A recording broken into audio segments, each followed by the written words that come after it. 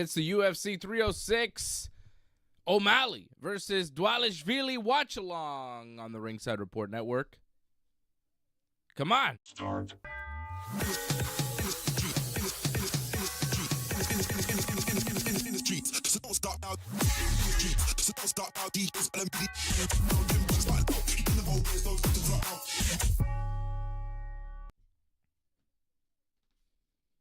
Yes, indeed.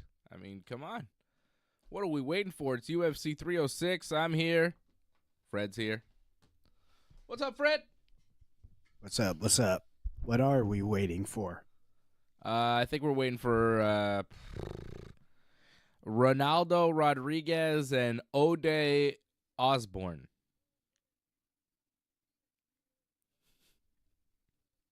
Our tail of the tape, Fred. Let's get ready for our first fight of the night. The reaction is so strong. I mean, yeah, it's not a super awesome opener. Fred wasn't watching the prelims. I was.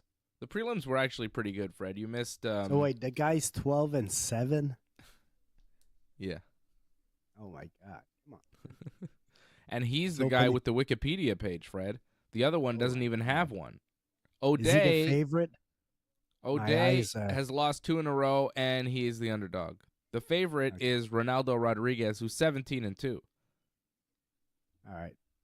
I mean, so, you know. AJ picked Ronaldo Rodriguez on his parlay. AJ not with us tonight. He had a family engagement, I think. I don't know. Yep. Somebody's birthday, right? Yep. His brother's wife. Is that what it was? I told him to skip man. it. Ooh, look at this stuff at the Sphere we're seeing. So the UFC is at the Sphere, and they've got this giant screen that goes kind of on the ceiling and everywhere, and it looks kind of nuts. It looks cool on TV, but the thing is with TV sports graphics is that they're already so impressive. So when you're looking at this, it just looks like you're watching more kind of TV sports graphics, where in person, I'm sure it's much more of an experience. You know what I mean? Not sure what I'm watching right now. Yeah, me neither. Something is rising out of a cloud, some sort of evil golden dragon. It's a bird. Is that no? It's a dragon eating a snake, and there are planets now. I don't know what the hell, and it says Noche UFC. Yeah, I don't know what that was, Fred. I think that was some sort of Illuminati ritual. Probably. We all just got indoctrinated. And now they're showing us some sort of sky. I mean, it's cool video stuff they have going on in the Sphere. This big circular thing in Las Vegas. I was telling Fred before the show, it's not actually a sphere because it kind of goes around and then it ends like there's a bottom that's flat. You got to have flat ground. It's not exactly a complete sphere. But it looks cool. But I mean, if it was a sphere, it would be rolling. You know, it wouldn't be safe.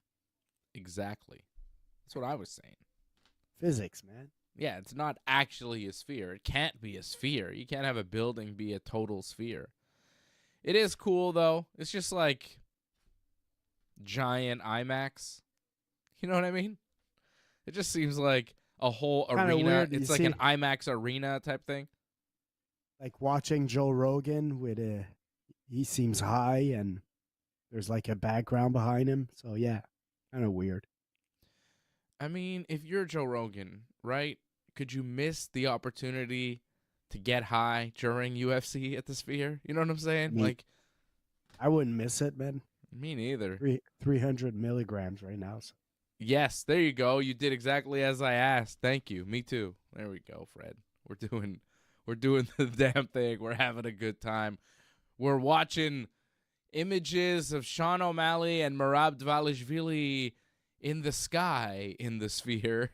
You see, I thought I was gonna say that looks kind of like Jake Paul or Logan. Which one is in the WWE? Logan.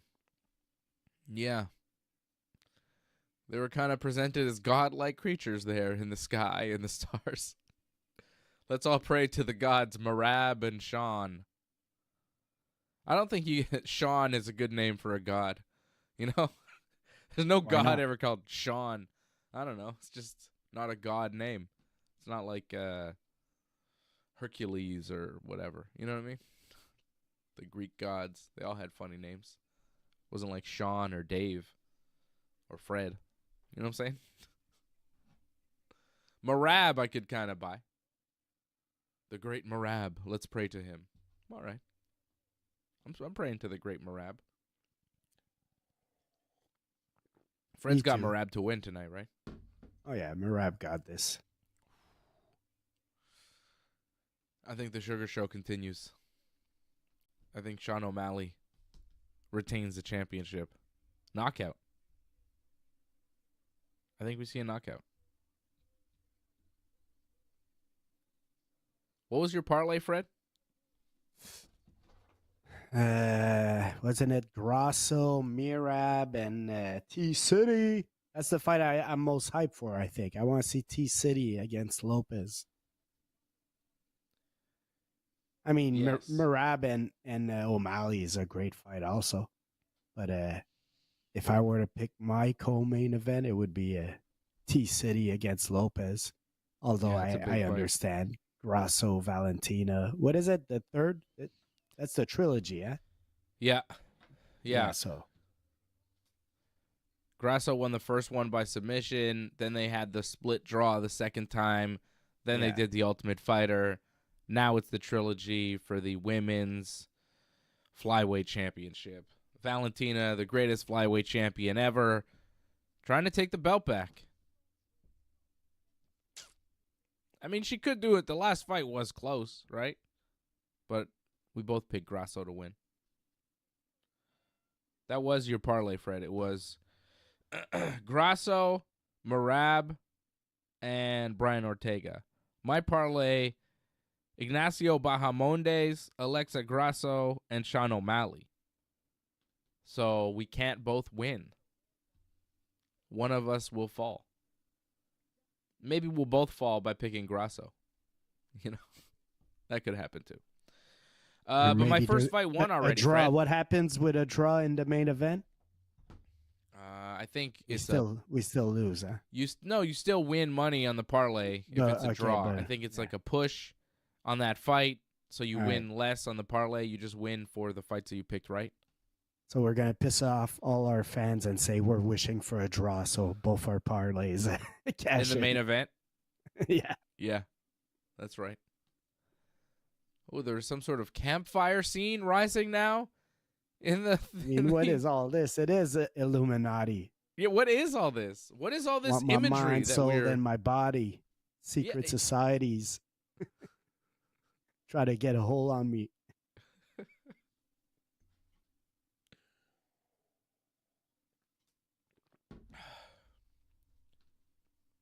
Can we get the fighting, man?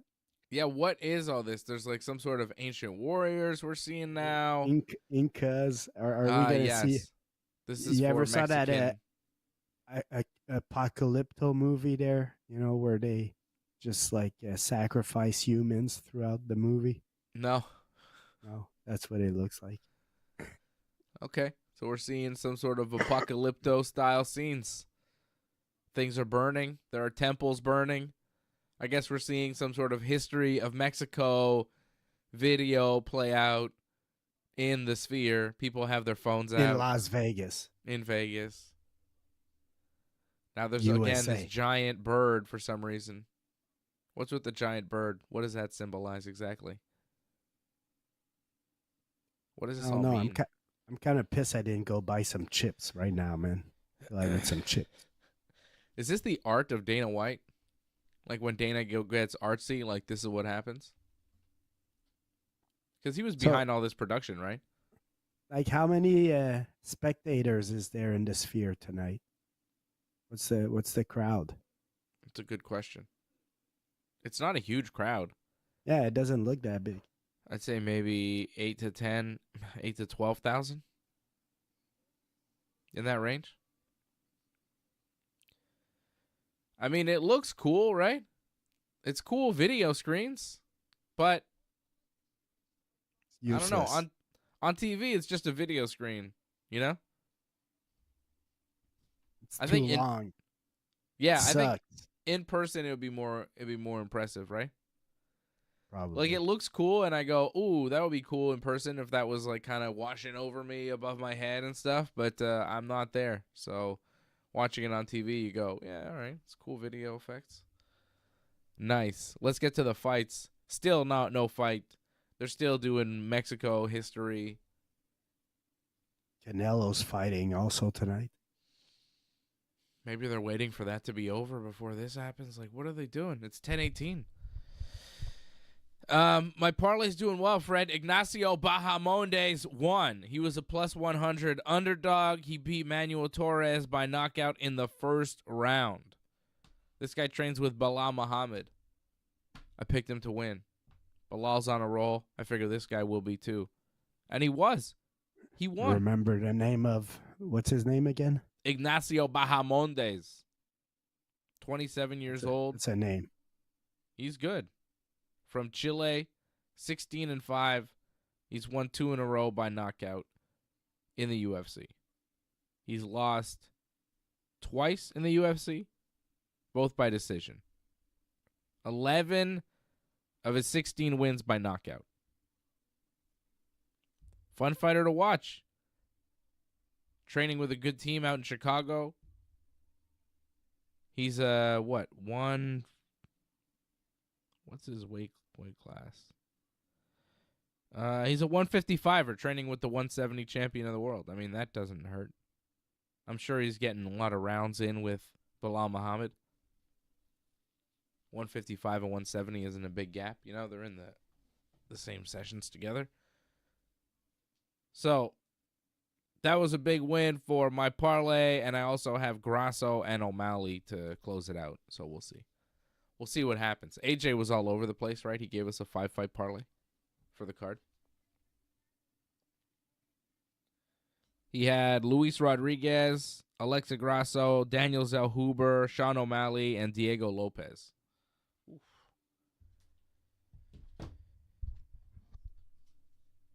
Diego Lopes. Let's see. I'm hyped for that fight. Lopez, T-City is going to be a good fight, man. Fight of the night. That or Ortega wins in the first round. Maybe. Come on, man. Let's get some fight going. Yes, sir. Well, we're finally getting O'Day Osborne about to walk out. All right. He's coming out. Ketlin Souza and Yasmin Yaragui ended when Ketlin Souza dropped Yaragui with a punch and jumped on her back and choked her unconscious with a rear naked choke. It was nasty. And what preceded that was Yaragui kicking Souza in the low, and there was a stoppage. There was a pause, and then Souza kicked Yaragui low. Like, they exchanged kicks, which is not something you see a lot in women's MMA. Kicks in that spot, and it happened kind of back and forth, one and the other, and then there was a knockout, kind of a flash knockout, and a rear naked choke. That was a fun fight. Joshua Van and Edgar Chairez had a hell of a fight. Second round was nuts. Chairez was getting beat up by Joshua Van. He was hurt, taking punches, and then he threw a spinning back fist, like desperation, that landed. And then, like, he had Van hurt. Like, Hurt was then wobbled, or Van was wobbled. And then Van scored like a desperation takedown. Like, the second round was nuts between those two guys. That's the fight of the night so far. Josh Van and Edgar Chairez. Van won by decision, unanimous 29-28 on all three. Ketlin Souza over Yasmin Yaragui. Ignacio Bahamondes over Manuel Torres by knockout in the first round. He knocked him out twice, really. He dropped him, like, was punching on him. The ref didn't stop it. The guy kind of came to, put him in his guard. They managed to get back to their feet. He hit him again, dropped him, and then knocked him out. I mean, it was over. Bahamondes. And then Norma Dumont over Irene Aldana by unanimous decision. Irene Aldana's face was a bloody mess. You see that one just before the pay-per-view started? Jeez. Yes, I did see that one. Damn, man. Big I did cut. see the highlight of that choke. That choke was nasty. I forget the name of the ladies there, but Ketlin Souza. yeah, that was a nasty choke. Choked her out. She had the arms going like, the Frankenstein We're arms. still on the walkouts, man. These walkouts are long, man. Feels like WrestleMania with a fucking 2 kilometer walkout. The fuck is this, man? Ronaldo Rodriguez. He's got a cool hat, though. You got to give him points on the hat. And Raul Rosas Jr., the youngest fighter in the UFC, he won the opening fight over Arichi Lang, unanimous decision. So that was a nice win for Raul Rosas. This guy coming in with a fancy hat. Cool graphics behind him at the UFC Sphere. Is Johnny North talking trash in the chat right now? Johnny North says Red Sox 7. Johnny North says Red Sox 7, Yankees 1, and then Orioles 4, Tigers 2. I mean, really? Facts is not talking trash. That's true. He likes to bring it up, though. He likes to bring it up when the Yankees lose. He doesn't like to bring it up so much when the Yankees win, which happens more often than not.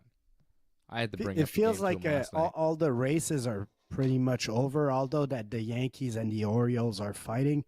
It feels like the playoff spots are all pretty much decided, man. So let's get to the playoffs, man. Let's finish this month and get some baseball playoffs for the Yankees to choke. How dare you? How could you say? Who scares you the most? Who's the team that scares you the most in the American League? Houston. Houston? You don't want to play Houston? No, never. I never want to play Houston. They cheat. It's not fair. You can't play them. I don't want to play Houston. I think the Yankees against anybody else in the American League will do all right. I think the Orioles would actually choke. In the big lights, Yankee Stadium, I think the Orioles would have trouble. I think Houston would be tough. They've been there before. A lot of veterans. They're a good team. I don't like the Houston Astros either. They're going to win the AL West for sure. They've got a 4.5 game lead. Who's winning the wild card, though? Is that settled, though, Fred? I don't know. I think so. It's pretty much. I was looking at the races the other day. The third team has a 3 or 4 game lead, man. It's pretty much done. Tigers are 2.5 back of the Twins for the last wild card spot. Yeah. That's not over. How many games left? 3 weeks. Yeah. It's not over, but depends on their schedule too. I mean, that's a lead that you can, if the Tigers play the Twins and they sweep them, the Tigers, take the spot. It's 3 games. It's not much. So this is the view outside, so people could watch the pay-per-view outside. Do you think they put it for free outside? I don't think they're showing all the pay-per-view. I think they're just showing introductions on the screen outside the Sphere. They're not just showing the pay-per-view out there because there's nobody out there watching. There'd be people watching, I think, if they were showing the whole thing. But yeah, they have what's happening inside, outside on the Sphere's screen outside. It's a cool concept. I'd see a thing there, I guess. Yeah. What would you want to see there? If you could get tickets for anything at the Sphere. All right, man. I don't know, man, but let's get back to that Kendrick Lamar thing, man. Whoa. I don't want to do that. What? Why is he at the Super Bowl, man? Man. Why not? I don't know. And Lil Wayne, he's crying because he's not at the Super Bowl, man. Mm-hmm. Does Lil Wayne even have songs he would be allowed to sing? Most of his songs are all a bunch of curse words and. Oh, Millie. So can we have something family friendly? I don't need Kendrick Lamar to be dissing Drake and all that. I don't know. They could have done better. Does Lil Wayne have family friendly songs? She licked me like a lollipop. Yeah, you see, is that what he like? What you want him to sing? It's the Super Bowl, man. I'm not sure. I think it'd be good though. I'd like to see Lil Wayne. I'm excited about seeing Kendrick Lamar. I don't really care as long as it's an artist that I like. You know, Kanye would have been unbelievable. Kanye for me at the Sphere would be the ultimate. I would love to see that. Kanye would have been better. And here we go. Ooh. Jump the gun here. I don't have that. All right. Oh, I think your feed is like, I have like your feed in front of me. I think your feed is slightly ahead of mine, Fred. I've got You should watch mine. Yeah, maybe I should. Maybe I'll switch over after this round. Osborne and Rodriguez, round 1. How about it? I don't see the time of our, like, is it me or like they don't show like the... I'm seeing the time. Oh, he's down. Down goes Rodriguez. Dropped and survives somehow, but finds himself in a bit of trouble on the ground. Yeah. O'Day trying to mount and roll into a triangle. This looks... It's pretty tight. Yeah, it looks dangerous. Pretty tight. Rodriguez trying to survive in this triangle, but he is pretty tight in this thing. He's surviving pretty good, though, keeping posture. O'Day throwing elbows with him in the triangle lock there. Yeah, pull the head down. See, the angle's not great on him. He's a little square. Like he needs to get to the, he needs to get to the other side of his shoulder a little bit. He doesn't quite have the angle. It's a tight lock, but the angle's not quite right. If he pulls the head down, he'll probably get it, but it's tough. Rodriguez is fighting for his life out of this triangle. Oh, and Osborne pulls his legs apart. Rodriguez able to pop out. Osborne still trying to attack from the guard, but now he's just kind of closing his guard up with Rodriguez on top of him. I think that took a lot out of Rodriguez still, because I feel once he got out, he didn't, like, he kind of stayed there, man. He didn't really back out like I expected him to do, but let's see. But that was a big moment for Osborne. Oh, yeah. Like, that dropping must have been Rodriguez, hurting him, and then rolling into that triangle. It wasn't that far from being finished. And now he's on his back, taking punches from Rodriguez. It's a dangerous move to roll for that triangle. Like, he kind of mounted him with it and then rolled to his back. He almost finished him, but now he's on his back. He's got him wrapped up in the guard. But this is not a great place for Osborne to be at this point. Rodriguez is recovering. He's throwing punches and elbows.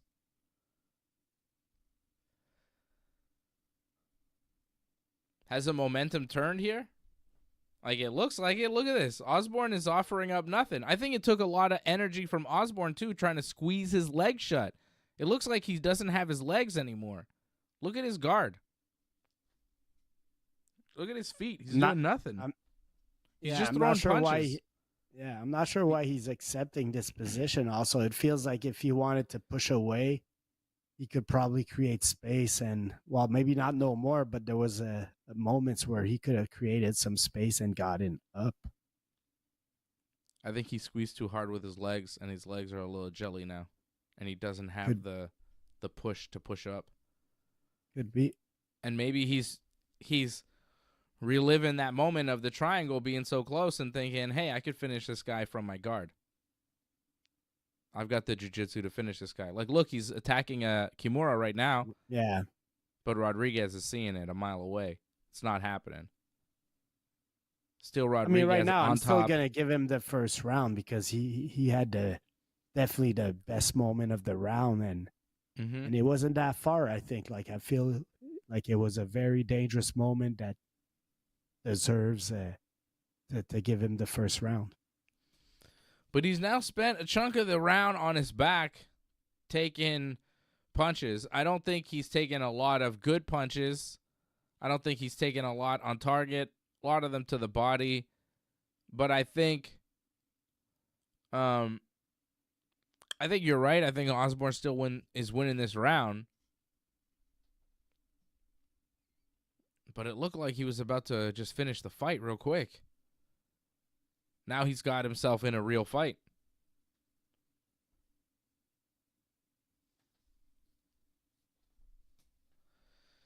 Round coming to a close here.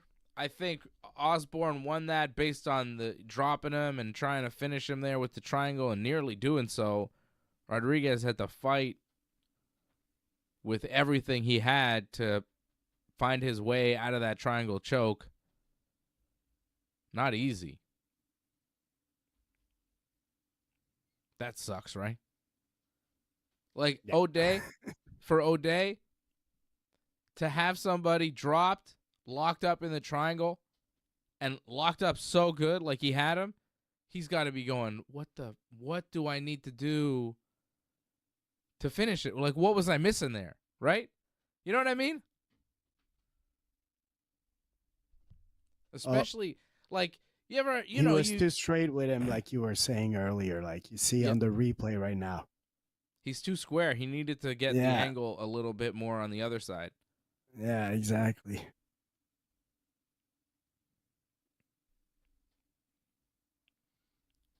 sucks.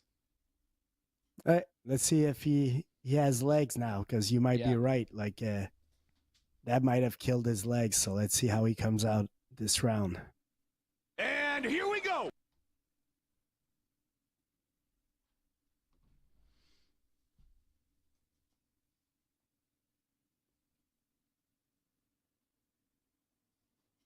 Well, he's moving around pretty well so far. Throwing kicks. Oh, Rodriguez shooting for the takedown.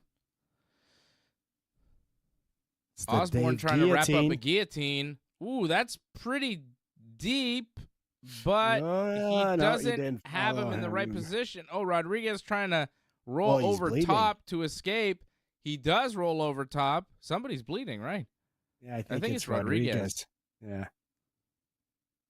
Rodriguez, though, gets on top of Osborne, rolls out of the guillotine, gets on top, gets to his back. He's got a hook in. That was nice how he got his hook in. Mm-hmm. He, like, slid it in very smoothly. And he's got it all the way on the other side of the body. You see that?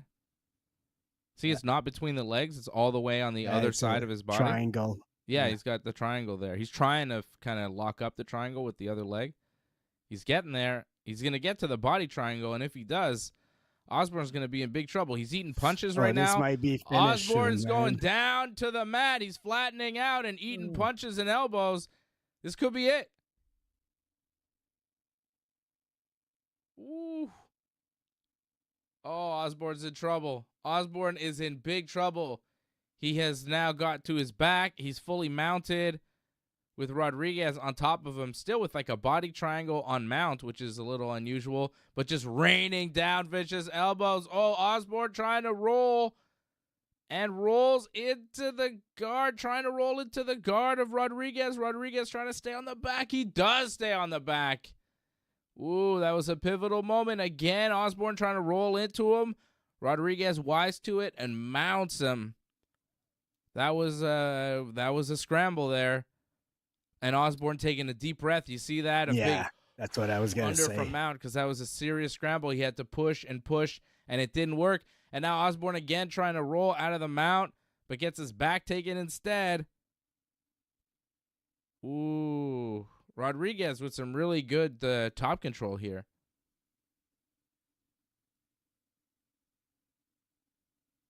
He's got the body triangle. He's throwing elbows from back mount. Rodriguez controlling the action in the second round. This has been all Ronaldo Luis Rodriguez. He's trying to squeeze in a rear naked choke. Not really a rear naked choke, more of a neck crank. But Osborne just kind of peeling the arms away.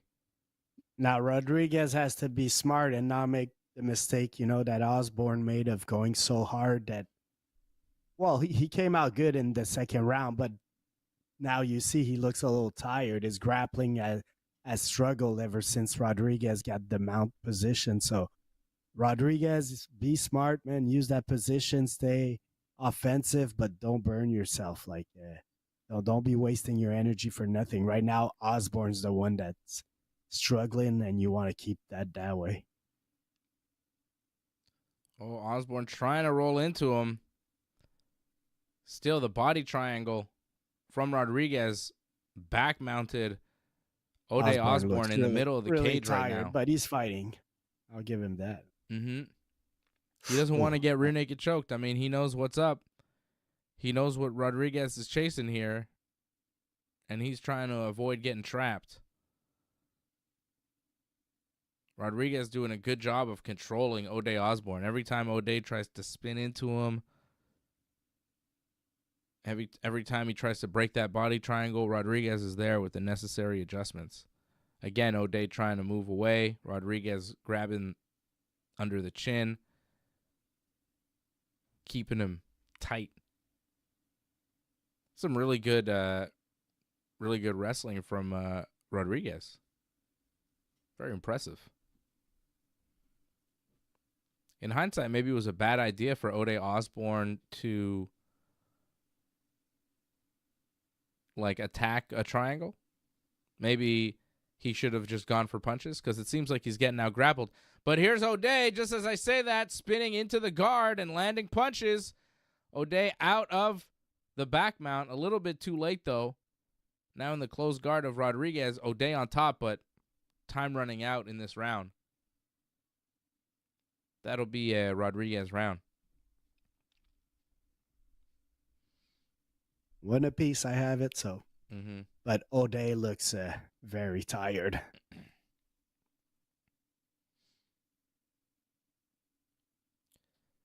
I heard Joe Rogan talk about how he thinks that, you still have rounds in MMA, but they should break it up where when you come back, if you're mounted, like at the end of the second round, in the third round, you start again from bottom mount. Like, that's just how you start. Why should you get a stand-up? Why should you get a restart every time? But that'll never happen. It's not a bad idea. Yeah, it's not a bad idea, but I doubt it. They're going to change it. Because O'Day, in that situation, he works so hard to get out from the back mount, you know what I mean?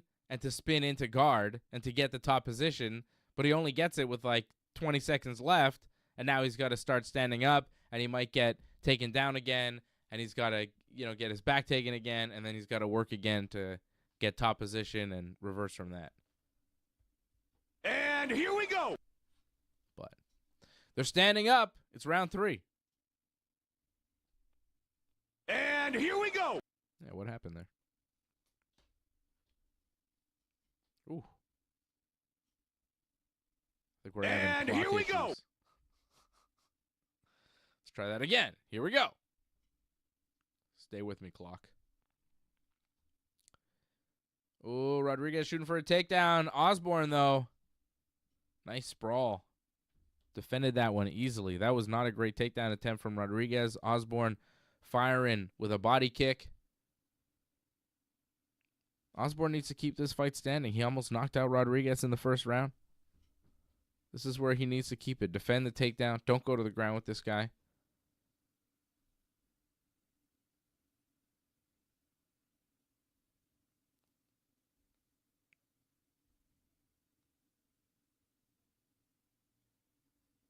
Oof.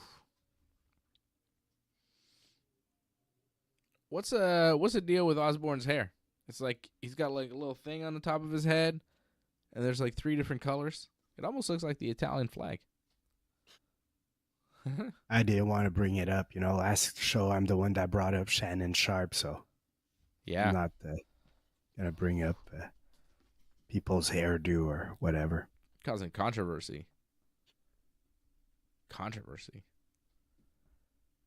Rodriguez throwing a punch, just missed. Big whiff on a big hook. O'Day controlling the action right now, standing up. Nice jab from Osborne. Oof. Again, Rodriguez whiffing on some big power punches. Oh, he landed one there.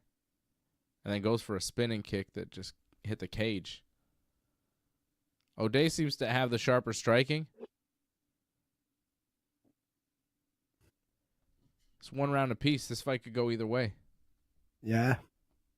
I feel Rodriguez is the one that seems to want it more. Like he's the one pushing forward, at least. Yeah, but O'Day's landing shots.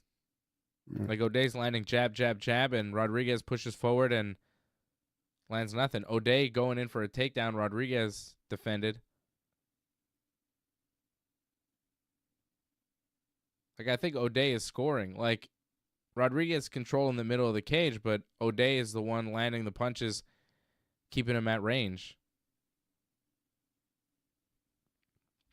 It's a close round. Close round. Somebody's got to do something to make it clear one way or the other.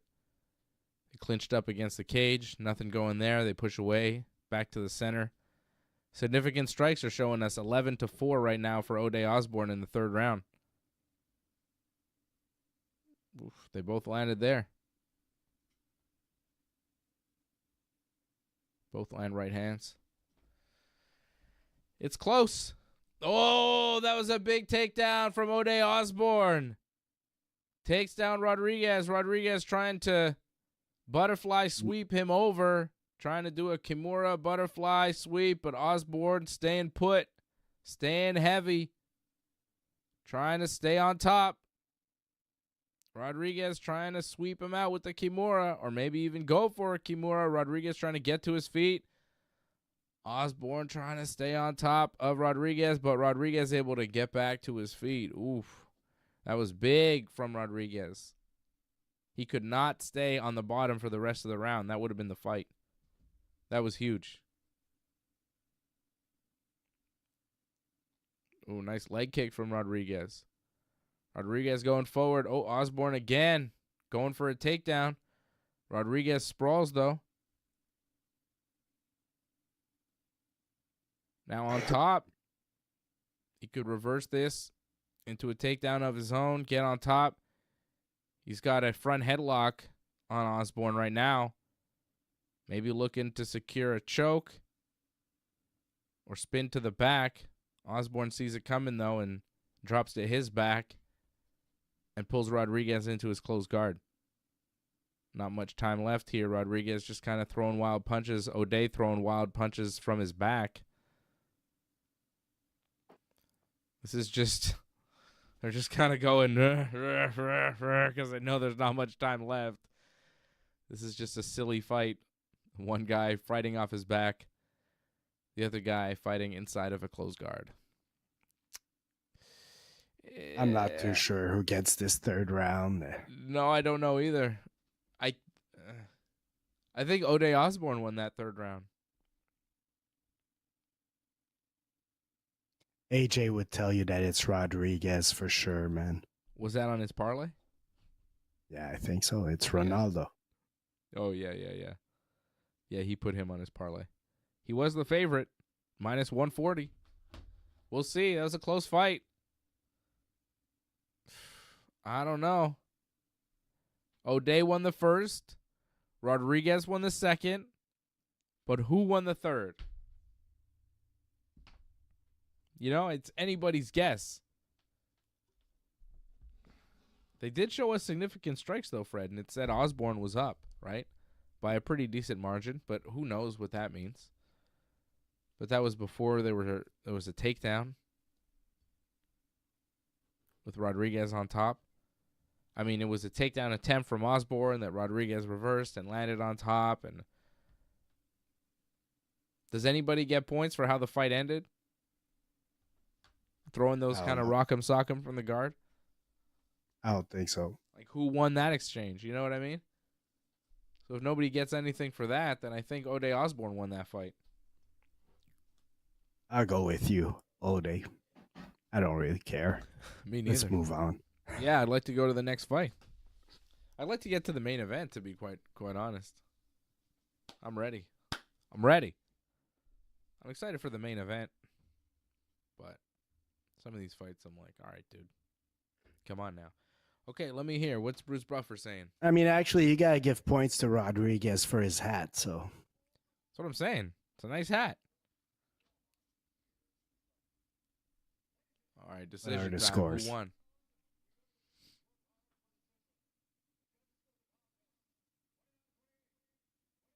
It's unanimous. Oh, that's an O'Day fight. No, No. Ronaldo. Whoa. 29-28, 29-27, 29-27. That means it was a 10-8 round and it wasn't the first. It was the second? I guess so, man. He dominated that second, man. O'Day looked so tired. I guess. I'll be right Okay. back. I'll get some water and something to snack. Fred will be back.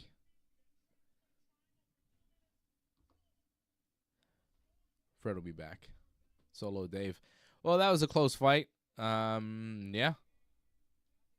10-8 round in the second for Rodriguez. Interesting. But it was a dominant round for him for sure. Gets dropped in the first round, almost tapped with a triangle. Survives. Loses the first round, but then goes on to win the second decisively, and then the third by a slim margin, and goes on to win the fight by unanimous decision. I don't understand. Some people call him Luis. Some people are calling him Ronaldo. Senor Rodriguez gets the win. Ronaldo Rodriguez sounds better. Big win for him on a big stage on this pay-per-view. He's a Mexican guy. It's Mexican Independence Day. This is UFC 306, UFC Noche. This is a big deal, and he's very excited. Emotional here in the cage talking to Joe Rogan. Very close fight. Very tough fight. It was a good fight, too. Good opener. Rodriguez and Osborne, solid performance from both guys. It's the Ringside Report Network. Doug Hepburn says this is a great fight. Patrick C. Hamilton says Fred and Dave had low expectations for this fight. So did I. That's true. Low expectations as well. DJ Bourne says bogus. You didn't like the decision, DJ? Shout out to DJ Bourne. Shout out to CSL Lorne. Shout out to Doug Hepburn, Patrick C. Hamilton. I wonder if Patrick put any money on this fight. I wonder if Doug Hepburn put any money down tonight on some of these fights. I got Sean O'Malley in the main event. Who's everybody going with? You going with Sean O'Malley? You going with Merab Dvalishvili? Who's everybody picking for the UFC 306 main event tonight? They're showing us some celebrities here. Taylor Lewin, former NFL lineman. Dominic Mysterio is there. Filthy Dominic from the WWE. Oh, my goodness. Oh, and Rey Mysterio, his father, not sitting with him, of course. That deadbeat Rey Mysterio is there. Oh, Matt Hughes, UFC legend, in the house. Oof. I got very excited about Dominic Mysterio. Seeing him outside of WWE is crazy. What a look on that guy. Wow. Oh, Fred missed it. Fred's coming back. He's got snacks. He's making me jealous. I didn't get any snacks. I think I should get some snacks. Oh, he's got like a plate too. Like, what the hell did he do? What is going on? Fred, you have like a plate? What do you have here? Hold on a second. Hold on. Let me try and find you. There we go. Hold on. There you are. What's that? Is that pasta? Oh, it's chips. Chips? And dip. Whoa, my goodness. Wow. I'm impressed. You're making me hungry right now. Now I'm like, ooh, I'm starving. Something. That's the thing with chips. mushrooms, man. I feel they just like make you want to do everything else. Everything. Yep.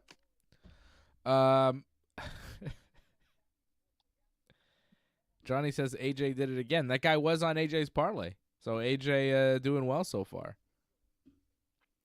Fred, you missed Dominic Mysterio. Dominic was there. Dirty Dom. Very exciting. And Rey Mysterio was there too. They weren't together, obviously. I'm trying to remember. What's the name of the girl he's with now? Liv Morgan. Yeah, she's not there. No, she was not there with Dominic, which is unfortunate. That'd be good if Liv Morgan was there too. If all of the Judgment Day was there. I think it's funny that you go to a UFC event with your dad, but you have to sit separately from your dad because in wrestling, you're enemies. You know? I mean, he should be an enemy in real life because his dad should have jobbed for him at WrestleMania, whatever that happened there. Was this last year, 2 years ago? Anyways, that's dirty from, like, to do that to your own son, man. Dominic shouldn't talk to his dad. You're mad that Ray didn't lose to Dominic at WrestleMania?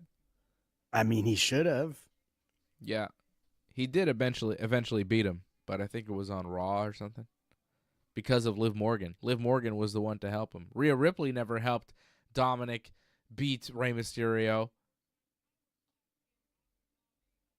Oh my God. They're showing us a commercial for Power Slap. They're doing it in Abu Dhabi now. The Abu Dhabi people want this. The Crazy Hawaiian versus Dumpling is the main event. The DA Crazy Hawaiian versus Dumpling from the Space 42 Arena. Or is it the Crazy Hawaiian versus Dumpling from Space? Is his name Dumpling or Dumpling from Space? Because at this point, I think Dumpling from Space is better. Space Dumpling. Fred, what do you think of a sport that's headlined by a man named Dumpling? Makes me hungry. I do want some dumplings. That'd be great.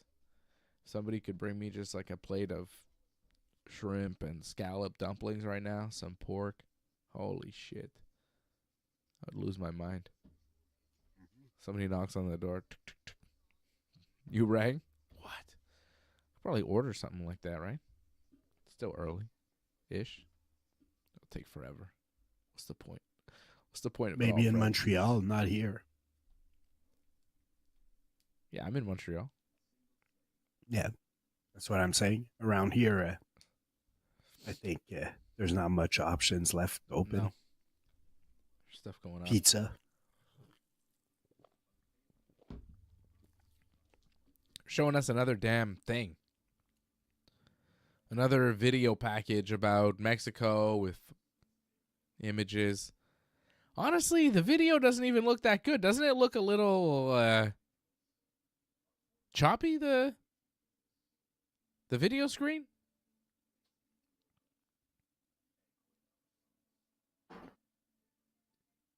I don't know. I mean,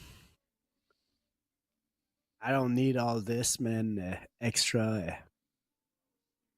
It's pretty useless to me. Just give me the fights. They're doing a lot of this stuff here. Like, okay, I don't have my sound on right now, so I'm just watching. And in the first fight, I know they ended up doing like the little promos where you hear about both fighters. But that's the thing, man. There's too much like whatever this is, and not enough like show me highlights of the guys that are gonna fight or whatever, you know? Yeah.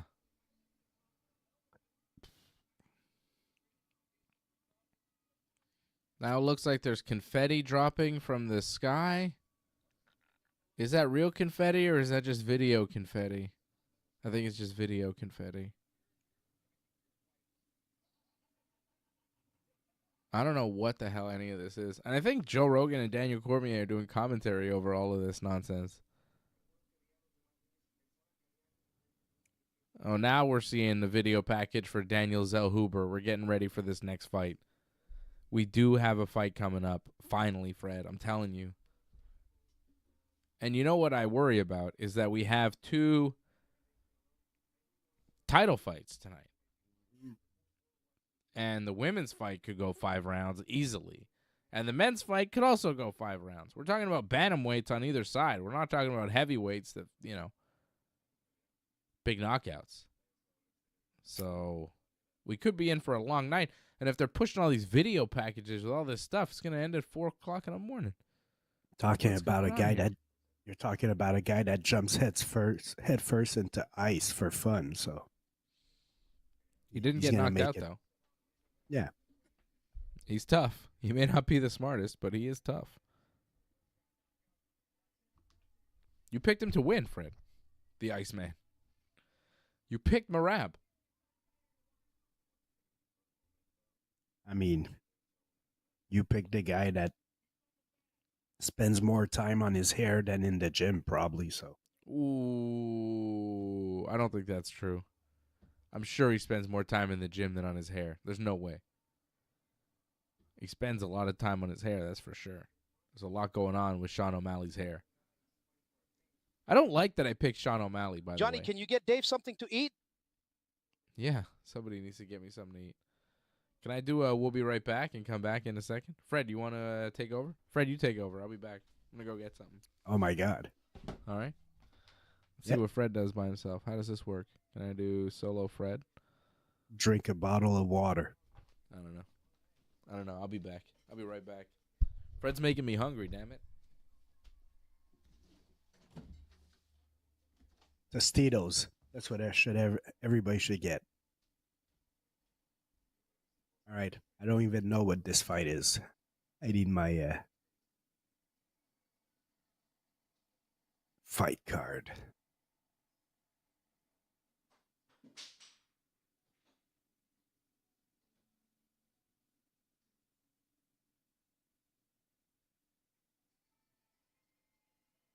Oh yeah, Zellhuber. So who did AJ have? Zellhuber, I think. Let's hope this is where his parlay goes down.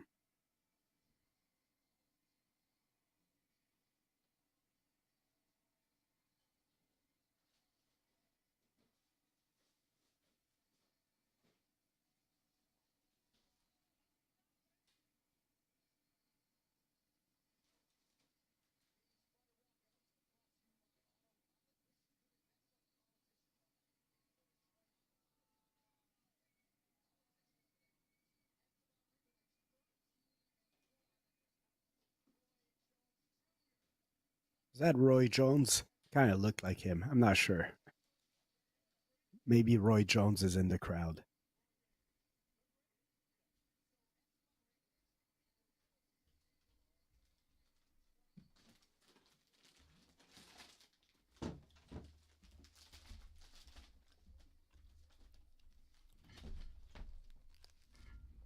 Yo. What is happening? Fred, I'm back. Did you talk at all? A bit. Not much. What do you want me to talk about, man? I don't know. I just wonder what the solo Fred show is like. Sorry it took so long. I had to get a lot of supplies. I found a Danish. I'm eating that. It's damn good. It's crazy. It's apple. Forgot I bought this thing. Fred made me hungry. It's his fault. It's your fault, Fred. Whatever happened there. Esteban Ribovics. Where's this guy from? Johnny, can you get Dave something to eat? That looks like Uruguay. Could that be it? Do I know my flags? I don't know. I think it looks like Uruguay. I mean, that seems about right. And you notice I pronounce it properly. Not no, like that's not it. 12-year-old. That's not it at all, actually. You're wrong. It's not Uruguay? No. It's Argentina. Oh, it's Argentina? Sorry. Yep. I thought it was Argentina, but you said Uruguay so confidently. I was like, oh, maybe you're right. I don't know. Fred watches soccer. He probably knows. Ribovics from Argentina. Seems like a Russian guy. You know?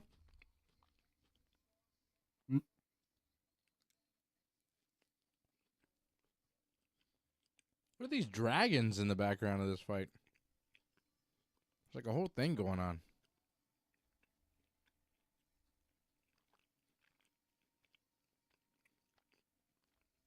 These entrances are so long, man.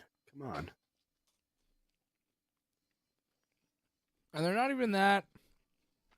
I don't know. They're okay, but Man, an hour for the first fight, man. This is going to finish so late. that's true, man. We had one fight in 1 hour. Look at the people. Some of them are just sitting there like, come on. Let's go. We need a knockout. Then another knockout, then another knockout, then another knockout. Let's get these fights going. I mean, maybe not, because I mean, the mushroom is still hitting me, so I don't want to go to bed in 40 minutes. But Yeah, but you know they got video packages to kind of put in between. Did you see Conor McGregor is not going to be Michael Chandler's next opponent? yeah, who's Chandler fighting? He's fighting, Chucky Chucky. Olives. Yeah, Charles Oliveira. which is a dangerous fight, I feel, for Chandler. He might lose. But here's my question, like, because I think Dustin Poirier tweeted that he's getting the McGregor fight or something, like, or he hinted that he's the one that's going to be fighting McGregor. That's not what UFC But, is saying. No, they're saying it's still Chandler. Yeah, win or lose. Win or lose, because I was going to say, like, if he beats Chucky Olives, he's, like, probably too scary now for Conor. Like, if he loses, okay. Like, he's still good for Conor, but if he beats Chucky Olives, man, that's a scary dude, man. Whoever's able to beat Chucky Olives right now is still a legit fighter. But he's more valuable for Conor at that point, too. Yeah. Johnny North saying Conor said he's ready now. Conor says a lot of things, doesn't he? UFC is booking a fight between Michael Chandler and Charles Oliveira in November for the co-main event of that UFC at Madison Square Garden, where John Jones and Stipe Miocic will headline. I'll believe Conor will fight on fight week. Like, I won't say fight day, because I know if Conor shows up for fight week, he's going to show up for the fight.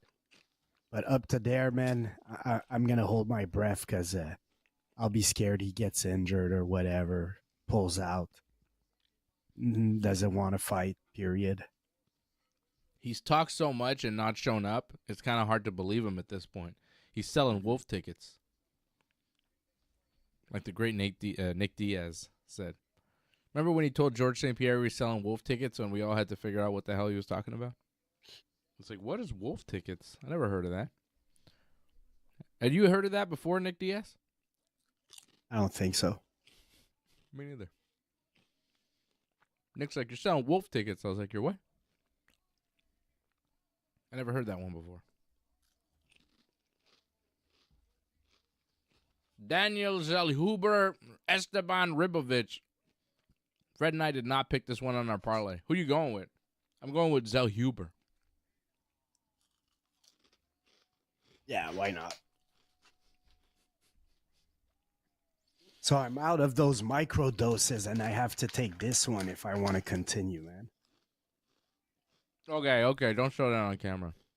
Oh. Get that out of here. That's crazy.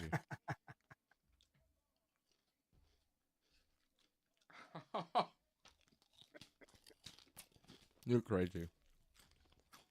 That was a piece of cheese that Fred's going to eat. Yeah. So weird. Show me his snacks again. Making me hungry.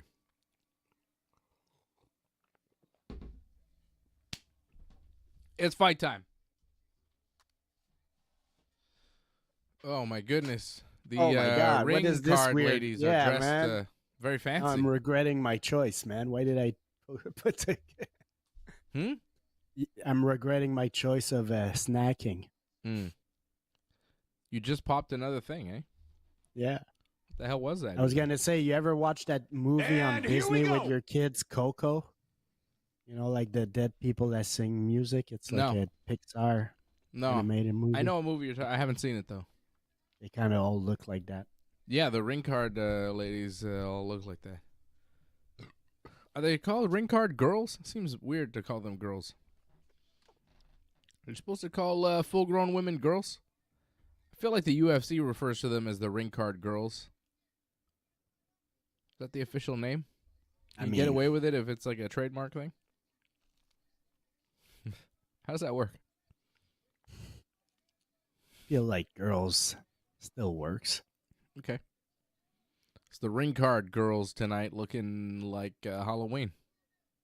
I mean, it's not exactly that. It's like Mexican traditional something. I'm not exactly sure. In Vegas. About that. Nevada. In Vegas, yep. Well, it's Mexican Independence Day, man. People USA. celebrate everywhere. Zellhuber. Ribovics. Not doing much so far. Neither guy able to land much. Trying to find the range. So it's Argentina against, where is Mexico. Zellhuber from? Mexico. Yeah. Right. There's a lot of Mexican fighters on this card, right? They're jam-packing it. That doesn't sound Mexican, Zellhuber. Yeah, it doesn't. Well, Ribovics doesn't sound Argentinian, does it? Yeah. These guys both sound German. A couple German guys, I think.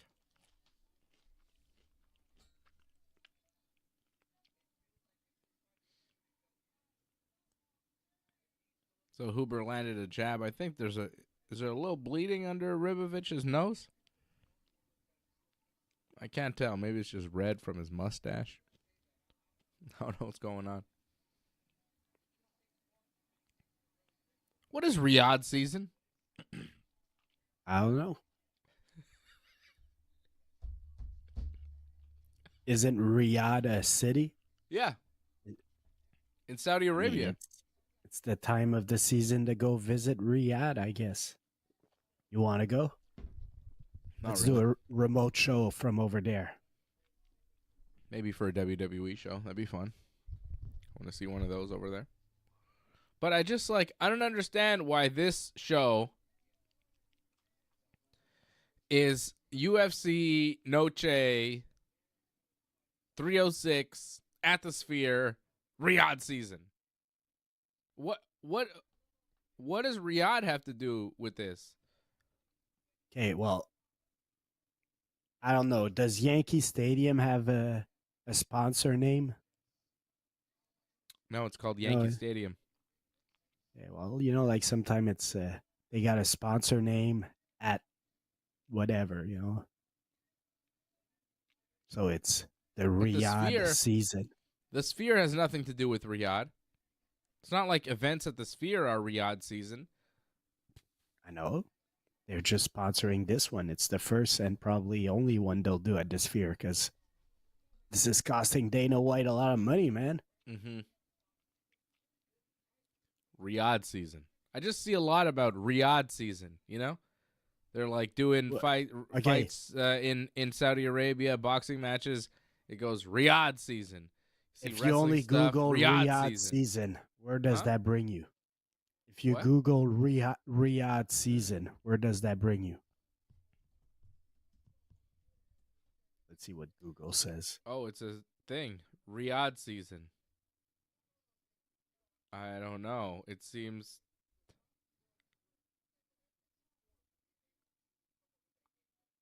I don't understand what it... There's a website. It seems to be many things. It's not clear what it is. It's Entertainment Festival. There's a Wikipedia page. Riyadh season on October 12th. Yeah. Okay, it's an entertainment festival in Riyadh. So this is to advertise for that? Man, for an entertainment festival, you're trying to advertise.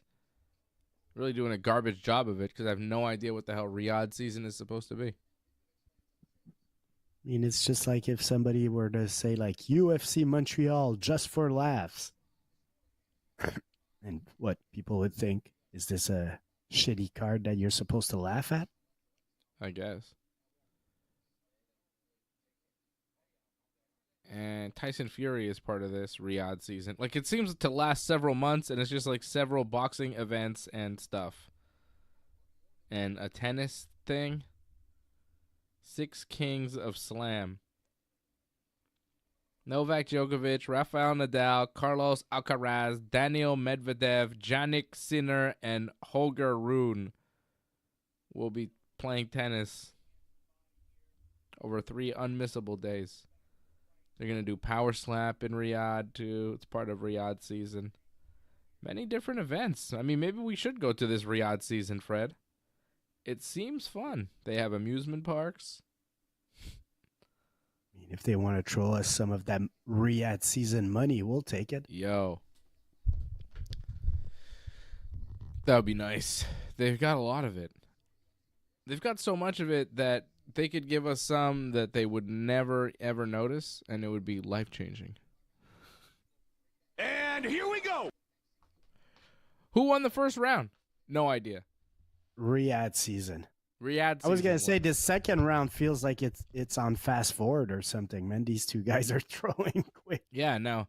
I think they realized that first round was garbage, and they're trying harder.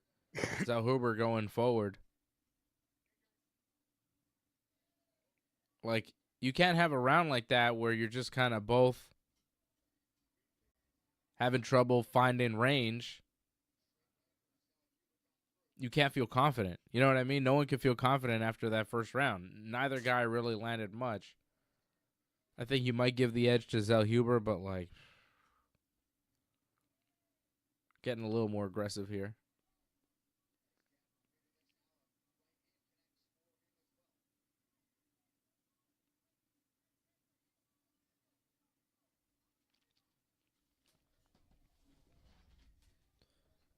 What are the stats? They're showing us Zellhuber leading in strikes, head, body, legs by like just a bit. Like 29 to 26 head strikes, 6 to 5 body strikes. If I were to take a chance, I would have said it was the other guy that was leading, but we talked a lot of Riyadh season in that first round, so we're trying to figure out what the hell all this Riyadh season talk was all about, man. I mean, that's your fault, you see? Like, this one's on you. You're the one that's focusing on Riyadh season for whatever reason. There's got to be a reason for the season, man. I'm just trying to figure it out. Riyadh season. Seems like a good time. You see there's like 2 guys sitting cage side in like striped referee shirts. One of them is Steve Mazzagatti. For real? Mm-hmm. Former UFC. I'm telling you, he's right there. Steve Mazzagatti. He got like a gray beard. Front row seat. He's part of the commission still, I guess. He doesn't ref anymore. He used to ref so much. He was the worst referee. Dana White still talks trash about him because he's the guy that called John Jones' fight with Matt Hamill disqualification. I mean, it was an illegal shot. Call it a no contest then. I mean, he was whooping his ass. It's ridiculous. Was there even a warning beforehand? No, but I think the thing is Matt Hamill couldn't continue due to those illegal strikes. So, I mean, he couldn't continue due to all the strikes that had happened to him at that point. Like, he got hit with a few illegal ones at the end, but it's a 12-6 elbow, and come on, he was dead in the water.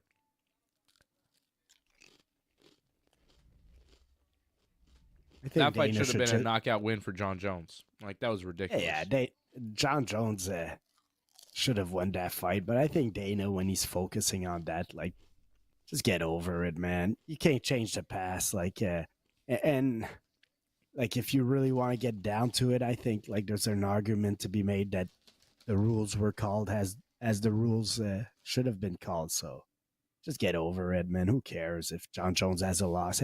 Anybody that knows MMA knows John Jones never lost. Yeah, you're not wrong, but I don't know. It's the one blemish on the greatest fighter of all time's record, and it's kind of a mistake.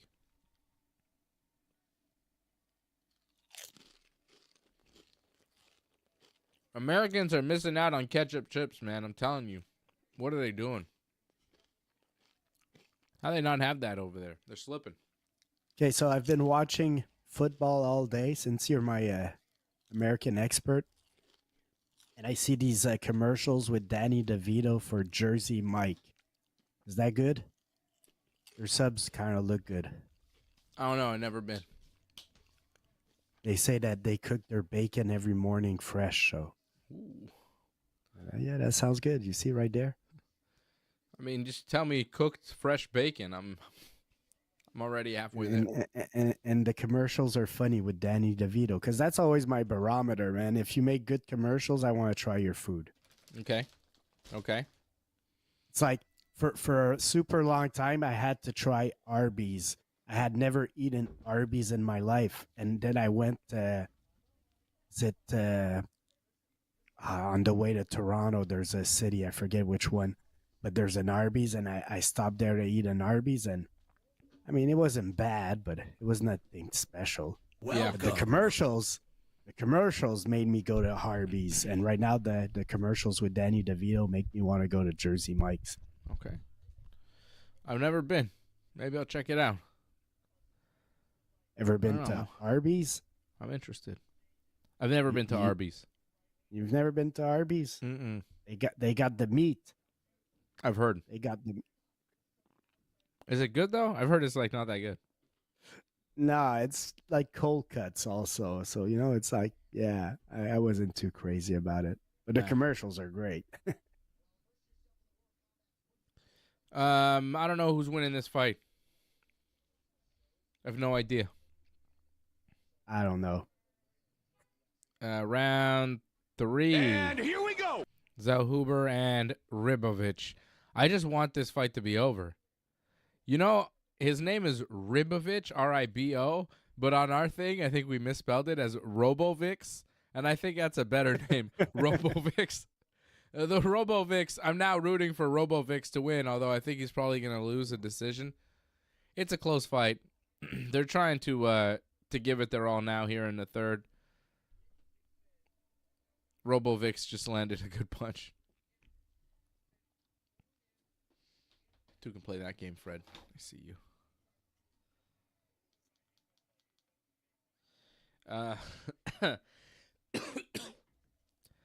Antoinette dropping a membership, gifting the membership to Matthew Henley. Welcome. Thank you, Antoinette. Oh!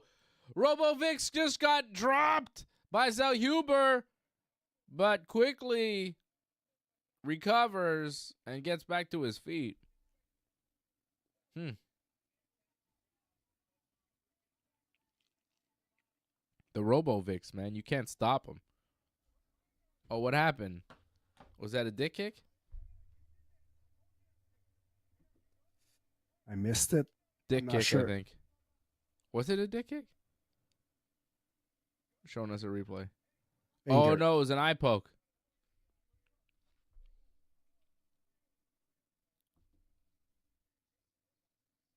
Back to action.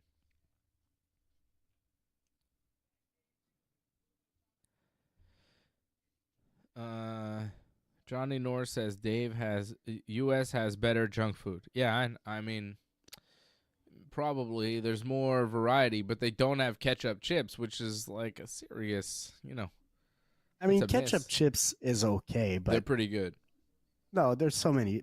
All dress is better. Barbecue is better. Salt and vinegar is better.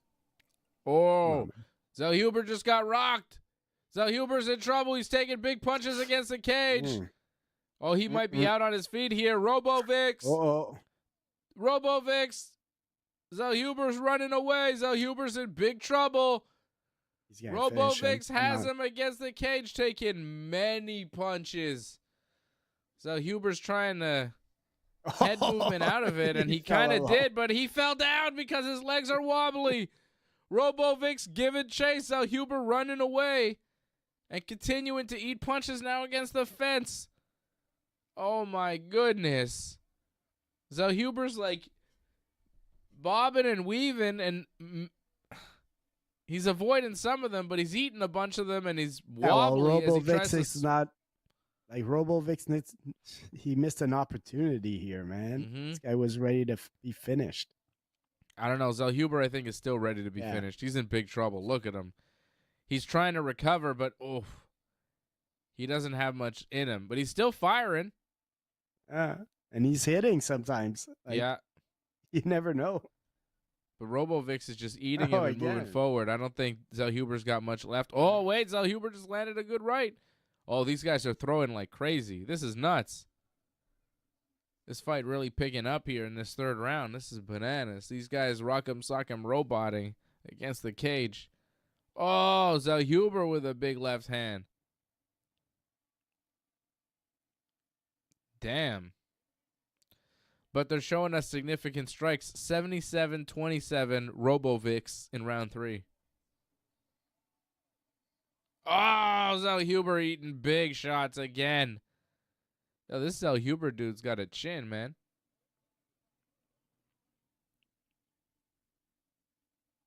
Why do so many Mexican fighters, like, why do they have the ability to take a punch?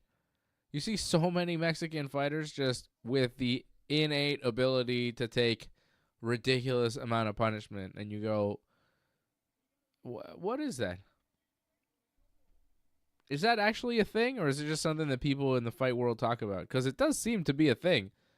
I mean, Zellhuber's eating ridiculous shots and still standing. He looks wobbly, and then he, like, comes forward. A lot of them have that, like, Korean zombie spirit, you know? Oh, the Ribovics. Now, did Ribovics win another round, though? Because I think Zellhuber won the first 2 rounds, no? People were saying. I think so. By a bit. Ribovics is winning this round, but doesn't matter. Like, that's the thing. The first 2 rounds were kind of close. This is clearly a Ribovics round. But in MMA, you know, if you win 2 rounds out of 3, it doesn't really matter. Unless you want to score this at 10-8, you know? Like, say the first 2 were Zellhuber's 10-9, and this one's a 10-8, then the fight will be a draw, right?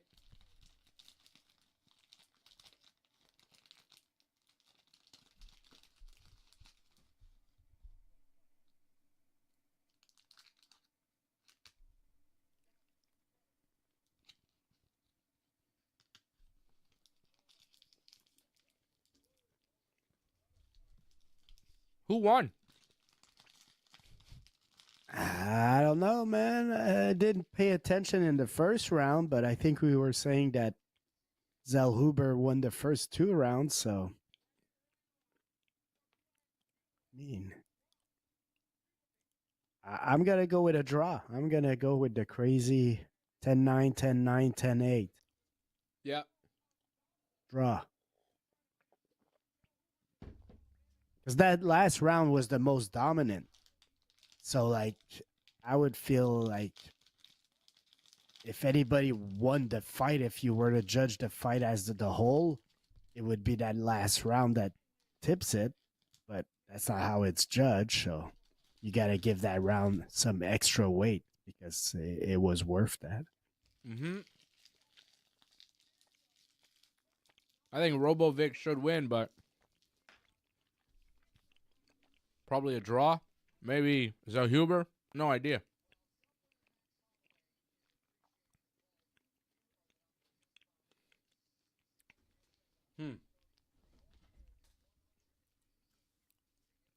Very close fight. Give me a decision. Let's see what's up. Daniel Zellhuber, Esteban Ribovics. Is that his name? Yeah. Doesn't matter. What are they saying to me? Tell me, Bruce Buffer.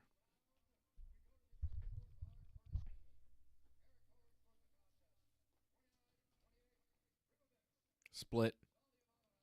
29-28 Ribovics. 29-28 Zellhuber.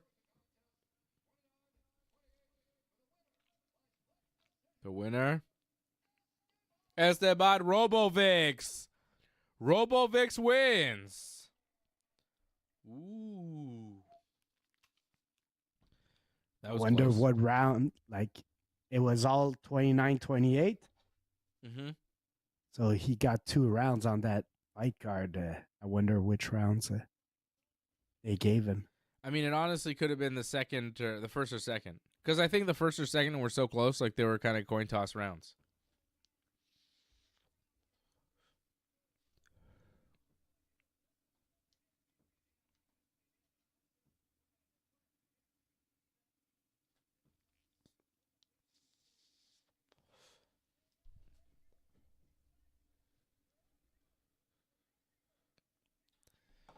Very close round.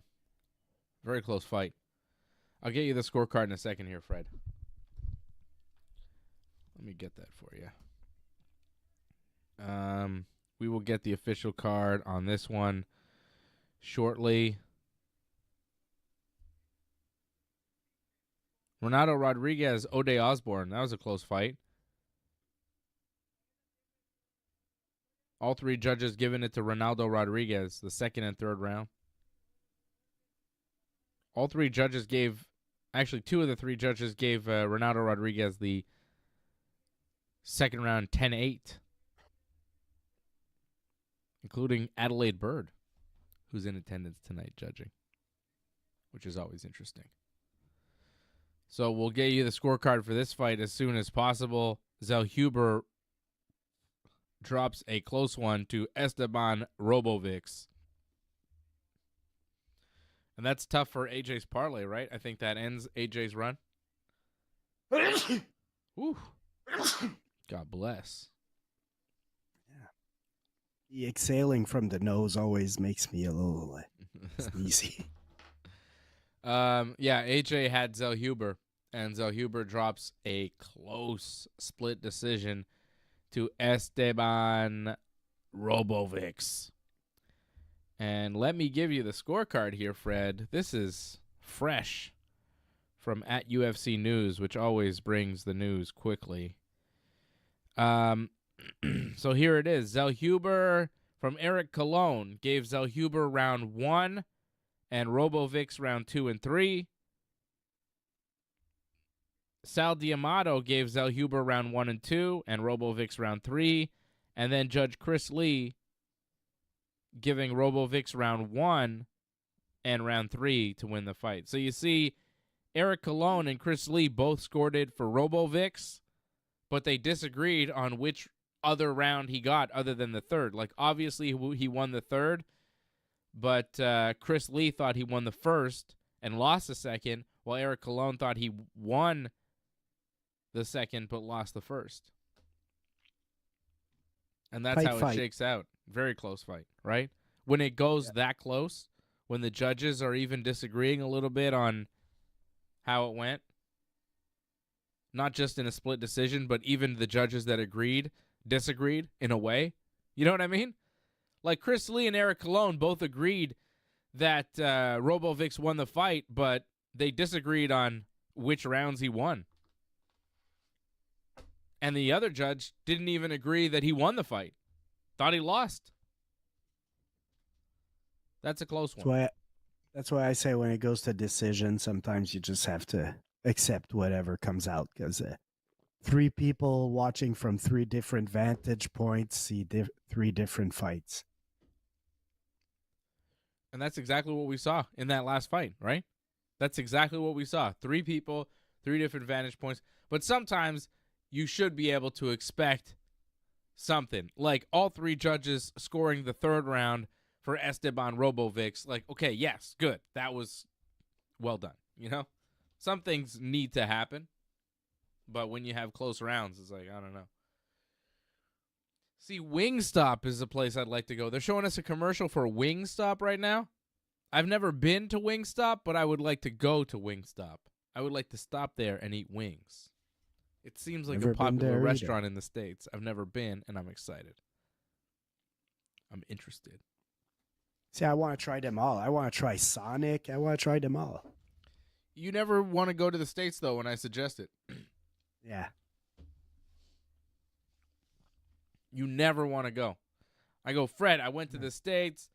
They had great weed there. You can smoke weed anywhere you want, and it's really good. And they got restaurants and all sorts of fun stuff, and it's America. It's, we could go to this or go to that. We could party and have a great time, and you're like,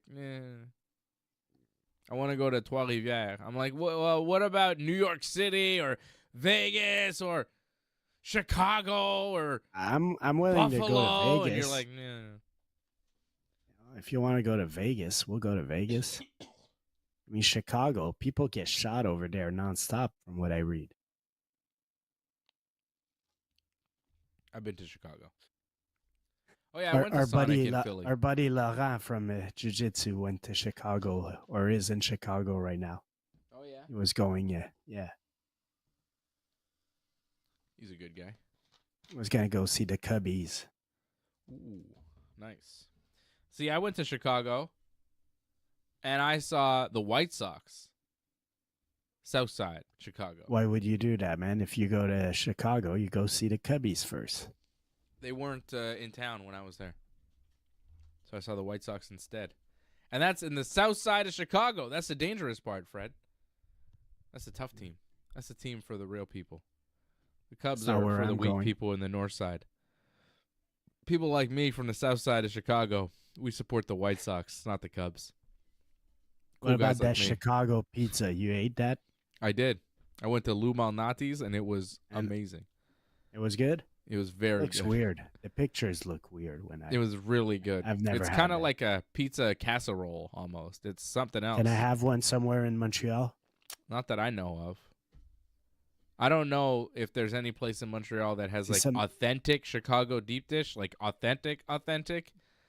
But I don't know if that send one exists to around me here. right now, I'll eat it on the air. Yeah, me too. A lot of food talk tonight. But yeah, Chicago deep dish pizza is legit. I really liked it. I would go back to Chicago and eat it again. If they had it here. Apparently there's some place here that has it, but I don't know if it's actually authentic Chicago deep dish, because that's something else. I'm sure somebody in Montreal is trying to do it at their pizza place, but it's, you gotta have the right oven, you gotta have the right dough, you gotta have the right water, you gotta have the right everything, It's like trying to make Montreal bagels in another city. It won't quite work. Or poutine in another place, man. If you don't have the real cheese curds and all, man, it's not real poutine. Or the right gravy, Yeah. Or the right fries. It's got to be right. Because we should go open a poutine restaurant in Vegas, man. But can we get the supplies we need? I mean, we could get fries. You could probably get the gravy. I'm telling you, it's the cheese curds. Yeah, fresh. Has to be good. Yeah, fresh Quebec cheese curds, too. Of course. It can't be from somewhere else because it won't have the same flavor, right? Exactly. And the cheese won't melt the same. And it has to be fresh, like I say, because it's like squish, juicy. Yes. It's got to say fromage en grain on the bag, too. If it doesn't say Ideally, that, it's not real. Saint-Guillaume. Saint-Guillaume is my favorite. Is that the little man with the hat? No, but that's the one I worked for when I used to deliver cheese, man. That's the Produit Saint-Henri. Yeah, Saint-Henri, the little man with the hat. Yeah, that guy. I used to deliver cheese for them very long time ago. Apparently, there's a pizza place in Verdun that does deep dish. Bring this pizza to me. Bring this pizza to me tomorrow, and I will decide if this is true deep dish or not. Bring it to me. I will eat it. And I'll tell you if it's good. I want a name of the place because I might try it. It's called Well Done, but it's in Verdun. I'll send you a link. So this if it's pizza good casserole, is this something you could buy and bring home? I think so. Fit it what happens in a box. It's I'm not sure. I ate it at the place. Does it hold up? I ate it at the place, and it was in a pan. They bring it to you in the pan. That's what I see. Yeah. Yeah, that's it. I don't know. I don't know. But, Fred, there's only one way to find out. Is to go to Chicago and enjoy it for yourself. Yeah. Chicago is a very nice city, and it's mostly safe for tourists. It's fine. It's not a dangerous place. The news and the internet has made it out to be far worse than it is, Fred. Trying to scare people like you into not going to one of the greatest cities in the world. You know? I mean, come on. If you believe the fake news, they'll tell you that New York City and Chicago and Los Angeles are all too dangerous to even walk into. Don't step into those cities. You'll get robbed and shot immediately. I don't think that's so. I don't believe that. I mean, I've watched a Seinfeld episode where George couldn't survive in New York, so. He did, though. He lived there. What are you talking about? I mean, for one episode, he was struggling. Because he was pretending to be from a different place, wasn't he? And well, then didn't he get the job at the chicken place instead? And I'm from a different place, so.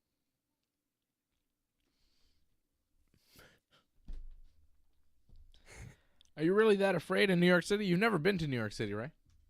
No, I've never been. You should go. It's pretty good. It's nice. Truth is, seems expensive, overrated. It's not. If I want to pay $30 for a cheeseburger, I'll just go in a fancy hotel. Wow. Fuck it. In the fancy hotel in New York, that cheeseburger is probably $500. All right. Well, I mean, I don't think I'm going to be able to convince you here to go to New York City and enjoy one of the best cities in the world, possibly the best. But, it's pretty nice. I'll tell you that much. For those that know, it's pretty good. There's a lot of good things to do. It's fun. That's the kind of traveling I like to do. I like to travel in the United States and go to the various cities. I would like to go to all the baseball stadiums in the States. Go to all the ballparks, all the major league parks eventually before I die. I have a lot to get to. I haven't been to many. It'll take a while. Which one have you been? Chicago, White Sox. I went to the old Yankee Stadium. I haven't been to the new one, so I got to hit that one up. And that's pretty much it, I think. I was in Toronto for some games, but that doesn't even count. So there's many that I have to go to. I think I could probably get a Nationals game and an Orioles game done pretty easily. Tigers game, I think I could get done. A Red Sox game, I think I could get done. Phillies game. Those are all drivable ballparks. And then we do a West Coast trip, and we hit a bunch of those out there. At some point, do 2-3 weeks on the West Coast, just going ballpark to ballpark. Go on a Yankees West Coast road trip. Oh, that would be sick. Just follow the Yankees along the West Coast. Just go to one game of a 3-game set in like LA. Travel around. Go to like San Francisco. See them play 1 or 2 games there. Travel around. Go to New York. Follow San Francisco seems like another place I don't want to go. That's the filthy media that's lying to you, Fred. All these people are trying to make it seem like these places are gone and lost, and I don't know what the deal is with it's like the right-wing media trying to convince everybody that all the cities are dying and broken and it's all over. But there's hope. If you make the right decision in November. You know what I mean? It's like, well, all right. Seems like a little too far gone. The way you're painting the picture, it's like maybe they're all screwed anyways. Here we go. We got some good fights finally, Fred. We can stop talking about all this. Riyadh season is over. See, too much. We only have 2 fights done, and then we're fucking an hour and 40 minutes into this pay-per-view, man. This is fucking ridiculous. Yeah. This is bullshit. It's fucking outrageous. Come on, fucking UFC, step your game up. They've done so many video packages here. It's just ridiculous. And the entrances are so long. What just happened? Did Sure. Diego Lopes get pulled into the crowd? Not 100% sure. Security had to kind of pull him away. That was weird. Diego Lopes. It's not Lopez, right? It's Lopes. Lopes. What's up with that? Well, because he's Brazilian. No, I don't know. Is he Brazilian? Yeah. Because I see the Brazilian flag. Yeah. I don't know. Lopes. And he's taking on Brian Ortega, who is of Mexican-American descent. I mean, he's a Mexican-American. Or American of Mexican descent. I don't know what I'm trying to say here, guys. He's a guy whose parents were possibly born in Mexico, I think. Are we sure about that? No.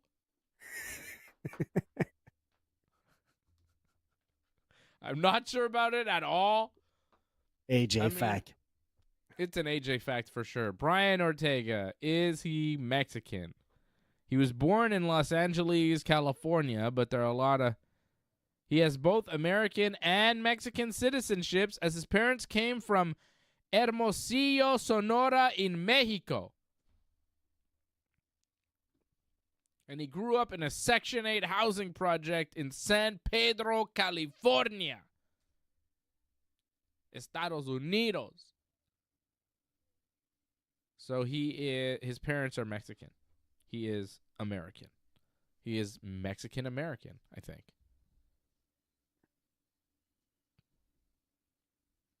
I don't know.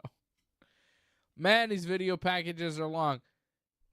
I don't think it's worth it. Dana White said this is going to be the greatest sporting event of all time.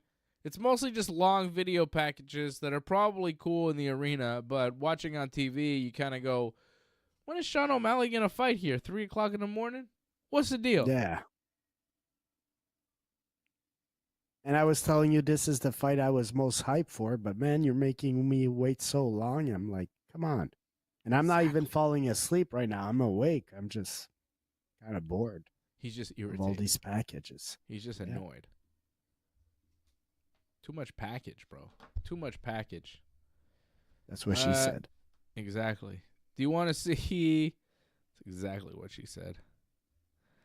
Do you want to see what Sean O'Malley and Merab and everybody look like walking into the cage? Because I saw pictures of them. Not to the cage, into the arena. Go ahead.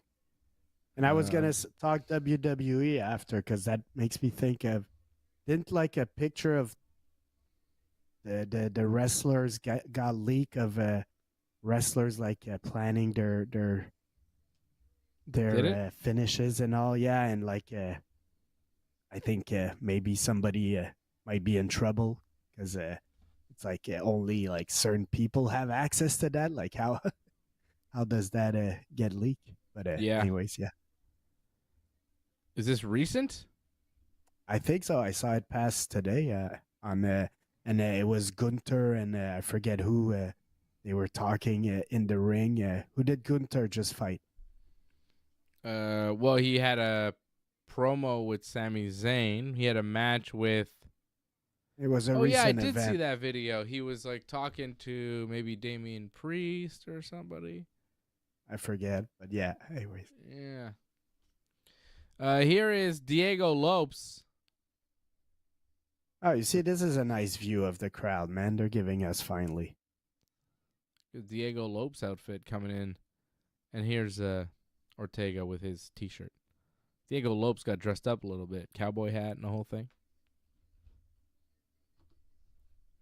Some of them came dressed up. Sean O'Malley had like a crazy suit on. Trying to find it again. I don't know where it went. Ortega trotting into the cage.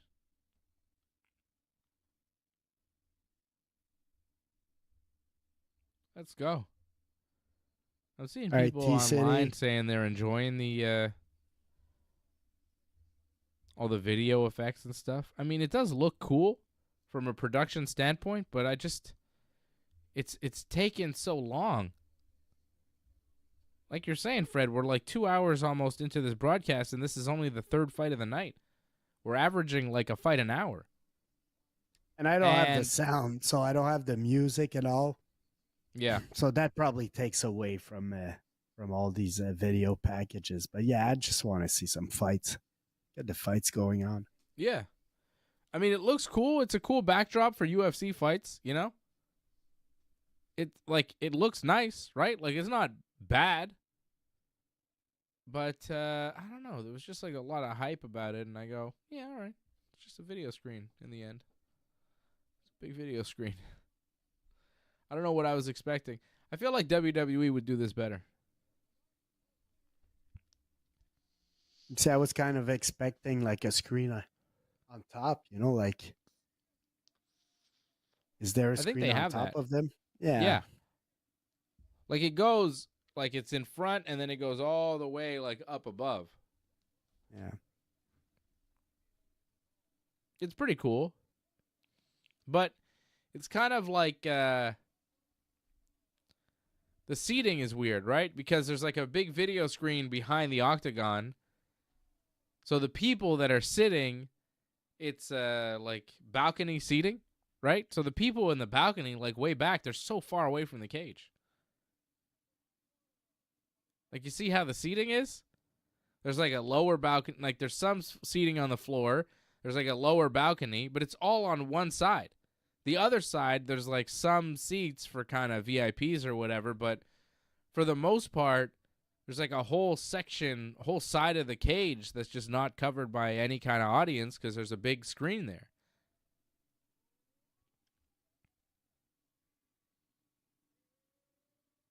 This doesn't seem like the ideal place. Like, if you're there to watch the fight, you're mostly watching it on video screens if you're sitting up in the upper balcony, right?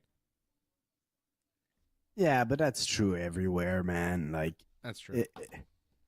I've been to the Sky Dome one, man, and like I was watching the screen most of the event at the Sky Dome. Mm-hmm. No, that's true. If you're And sitting kinda even up like high. the Bell Center, if you're on the second level, you're watching the screen most of the time. And here we go. Ortega Lopes. Big fight at 145. Both these guys with a win put themselves in a very good spot for a title shot. The winner of this fight could easily take on the winner. Oh, Ortega's hurt. Oh, Ortega got staggered there with a big punch from Lopes. Ortega might be in trouble. Oh, Ortega dropped now. Lopes may have an early knockout. Ortega is struggling to survive. He got dropped again. Got up to his feet. Got slammed down with a big takedown. And now Ortega on his back trying to survive, but regards. Does survive, but found himself in a world of hurt and is still not quite out of the woods, taking big punches from the guard, tried to lock up a triangle, but Lopes got out of that easily. Ortega's got some very good jiu-jitsu, trying to use it, but he's eating shots and bleeding. Ortega trying for that triangle again, but Lopes is aware. Slips out of it pretty easily.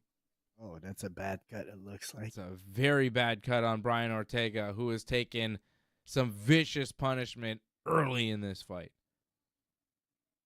Damn. That's going to affect his vision for sure, man. It seems like his eye on the left side was full of blood. Was it the left side? I think so. Yeah. And now Lopes gets on top of Ortega. He's almost got him mounted here, throwing punches in. Ortega trying to spin out and regard, pushes him off the mount.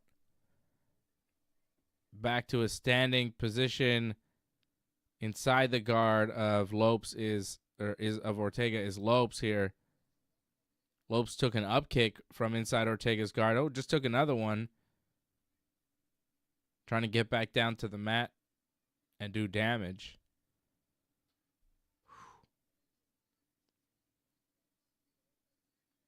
Yeah, Ortega's left eye is just busted up really bad. Really bad. It's bothering him. Yeah. He keeps wiping it. Yeah. And now Ortega gets back to his feet.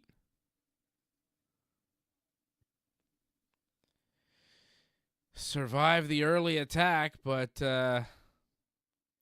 we'll see. Could be worse for wear.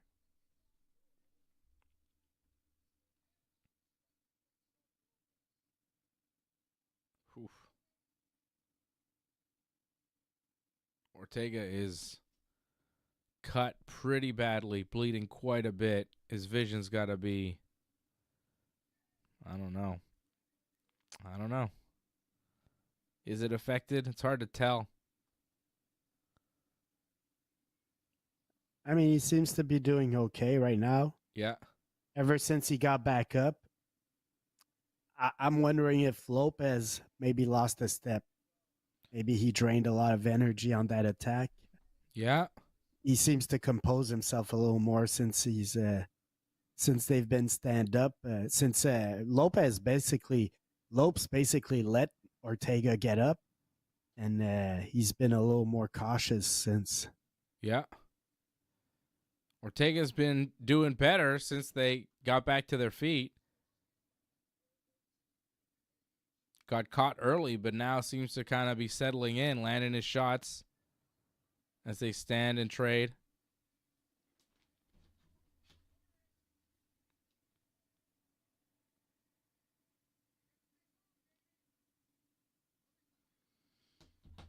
Interesting first round. I think you got to score it for Diego Lopes based on the damage and everything he did. But Brian Ortega survived, and he's still in this fight. And the momentum may be coming on his side here. The second round will be real interesting.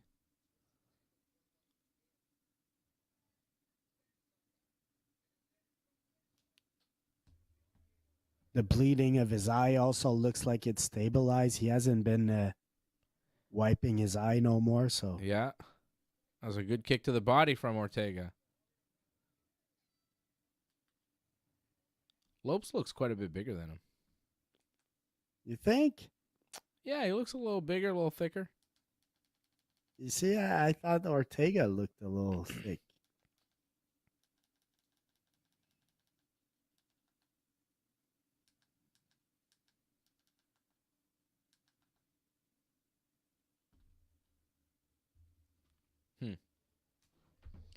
Well, that was definitely round one for Diego Lopes, right? I don't think you can call it for Ortega. I would think so. Interesting first round, though.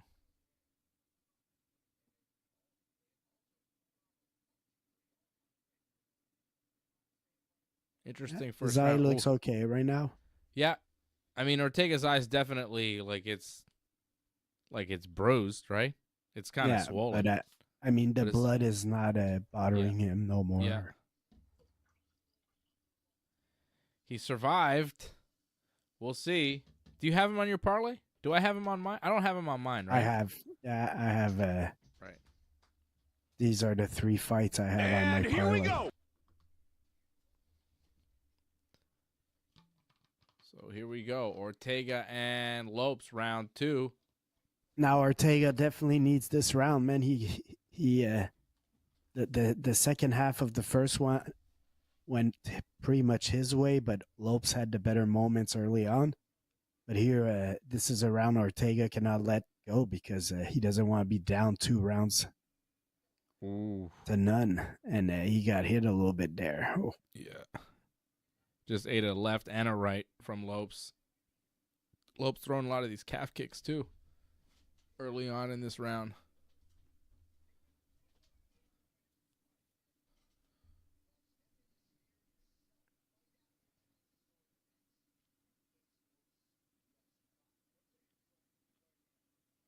Ortega moving well, though. He got dropped, he got hurt, but he survived.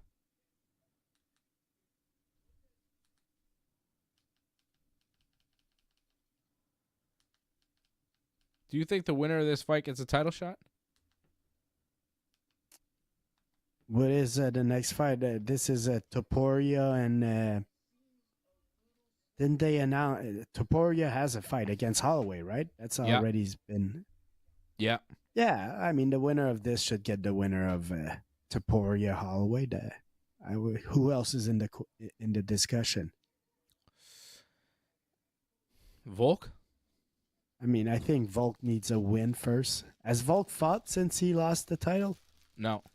No, exactly. So try to give him a rebound fight first, and does he need wins, a win? Yeah. Does he need a win? Yeah, Because man, if Volk, it feels. Well, how about if Holloway And- wins? If Holloway beats Topuria, Yeah, does Volk true. need a win to fight Holloway again? Because he beat him several times. it's true. Longtime champion. Yeah. Fought The- Islam the on short thing- notice, got knocked out, then turned around, quick turnaround, fought Yeah. Topuria, got knocked out. Okay, but then if Holloway beats him right after that, then you go, okay, well then maybe Volk and Holloway again. Like, And also, like, we should maybe, like, forget the 2 losses to Islam. They're Yeah. still fresh in my memory, but, yeah, it's another division. But, yeah, no, And, if like- Holloway wins, for sure. If Topuria wins, though, I think I would go with the winner of this fight, man. Topuria defeated Volkanovski pretty easily, man. So, Yep.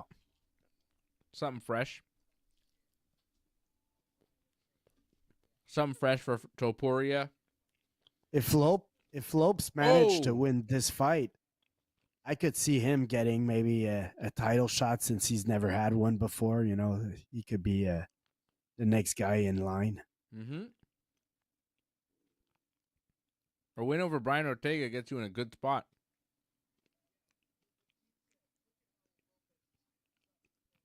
Close second round. Lopes landed a head kick. Ortega just ate it. Oh, another calf kick, and that calf kick dropped Ortega.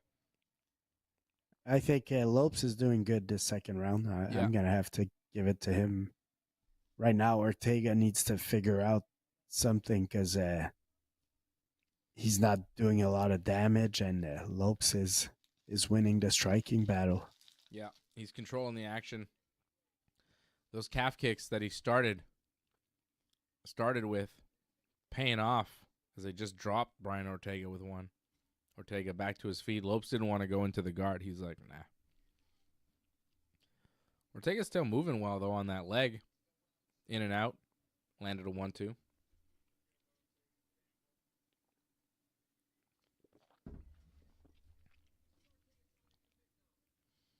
Nice jab there from Brian Ortega. That's a close round. I think Lopes probably has a slight advantage here in this round, but I don't know. Oof, nice jab from Ortega. Again, popped it right in there. I'm not sure who's winning this round, Fred. I don't know. It's close.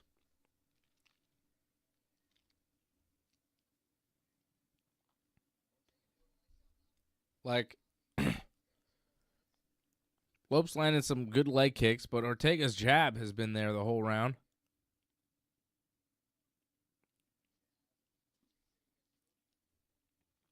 Much closer than the first round, that's for sure. That's a tough one to score. Yeah, What do you think? I'm leaning towards Lopes, but you're right. Maybe Ortega. You could make an argument for Ortega, especially the second half of the round.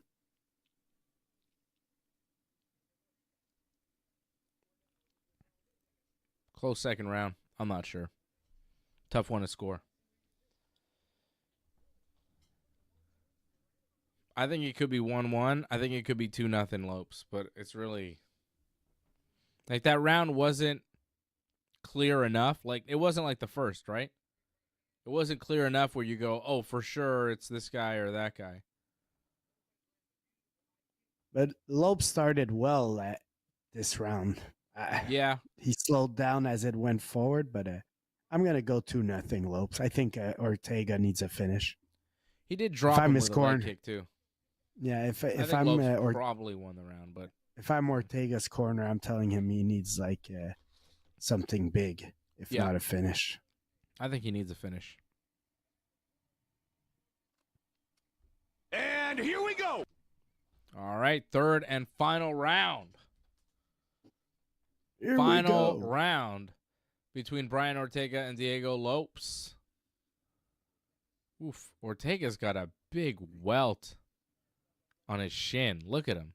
You see his left shin? Yeah. What is that? I don't know. Oh, that's got to be from those kicks, man. He's moving all right on it, but that's going to hurt tomorrow.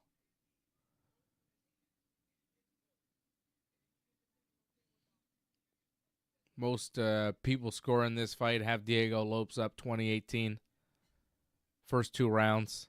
First round for sure. Second round, I think you got to give him the edge, especially dropping him with the leg kick. Yeah, I'm giving him both rounds. Mm-hmm.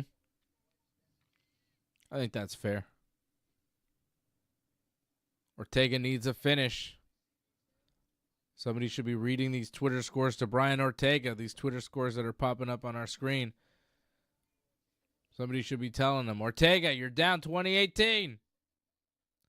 You got to go, Brian Ortega.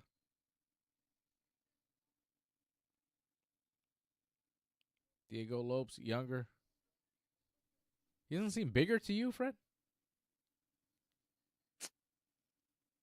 Look at him. Yeah, in the shoulders. He seems bigger, stronger, younger, faster. Eating the jabs of Brian Ortega, too. Ortega's firing the shots, but Lopes is just walking through them to land his own. Oh, that was a nice left hand from Lopes.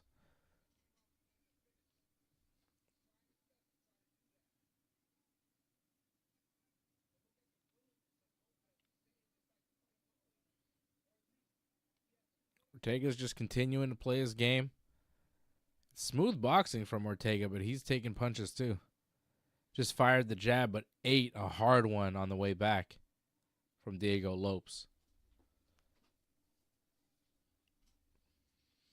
UFC 306 co-main event coming up. Women's Flyweight Championship. Valentina Shevchenko challenging Alexa Grasso. And then Sean O'Malley and Merab Dvalishvili in the main event. The takedown attempt there from Brian Ortega. Nothing going. Diego Lopes kind of pushed him away. Ortega running Lopes into the cage. And it didn't happen. It didn't work for Brian Ortega. No takedown.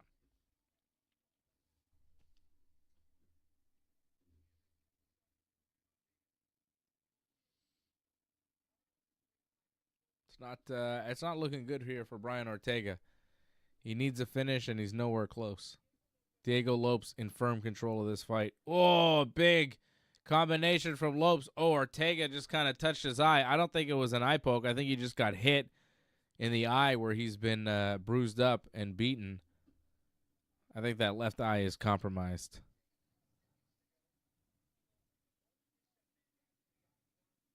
They just talked to each other. Not sure what they said. I don't know.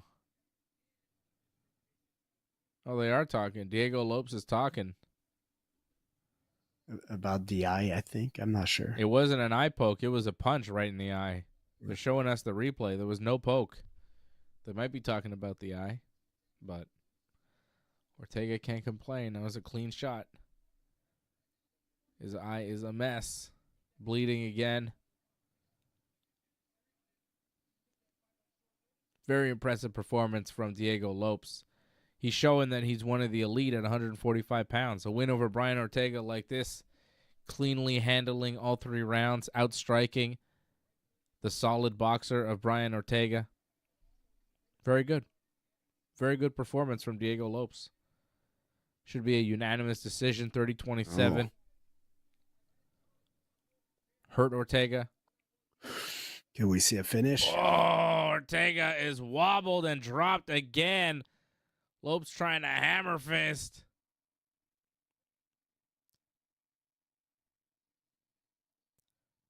Oh, Ortega getting up to his feet. Lopes climbing on his back. Falling off. They're swinging to the finish. Oh, big punches at the end. Oh, my God. Brian Ortega's face is very bad right now. That left eye is mangled. Yikes.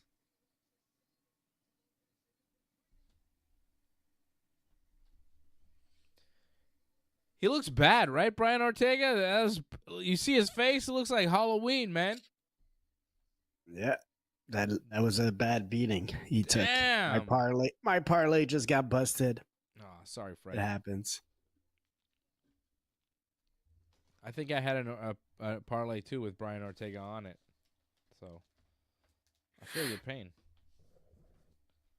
I think I had an Ortega parlay going. What just happened to me? Lopes looked good, man. His striking looked sharp still. Caught Ortega multiple times with his fists and his feet. Yeah, he looked great. Very impressive performance from Diego Lopes. He gets the win. Fred's parlay goes down. AJ's parlay is already down. Mine is still alive. I'm still alive. Bahamondes got a nice win for me already. And I just need Grasso and O'Malley to win. Fred, you got to be rooting for Sean O'Malley at this point, right? I know you picked Merab, but you got to be rooting for my parlay. Come on, brother. I'm not even rooting for O'Malley. I just think he'll win. Like, I'm not really a Sean O'Malley fan, you know? I don't really like much about him other than how he fights. I like how he fights. I'm not, like, a big fan of his. I don't think he's, like, cool, you know? I know he's got fans that think he's cool. He's not really my kind of guy, I don't think. But, you know, good at fighting. Very good. I think good enough to beat Merab Dvalishvili. We'll see about Umar Nurmagomedov. That might be tougher.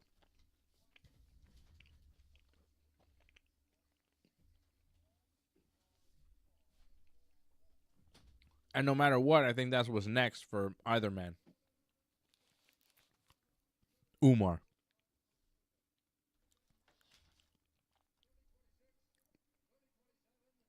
Umar against who, you say? Winner of O'Malley and Merab.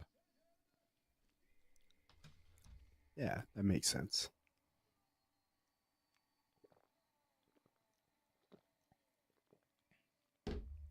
Diego Lopes wins a unanimous decision. 30-27, 30-27, 30-26.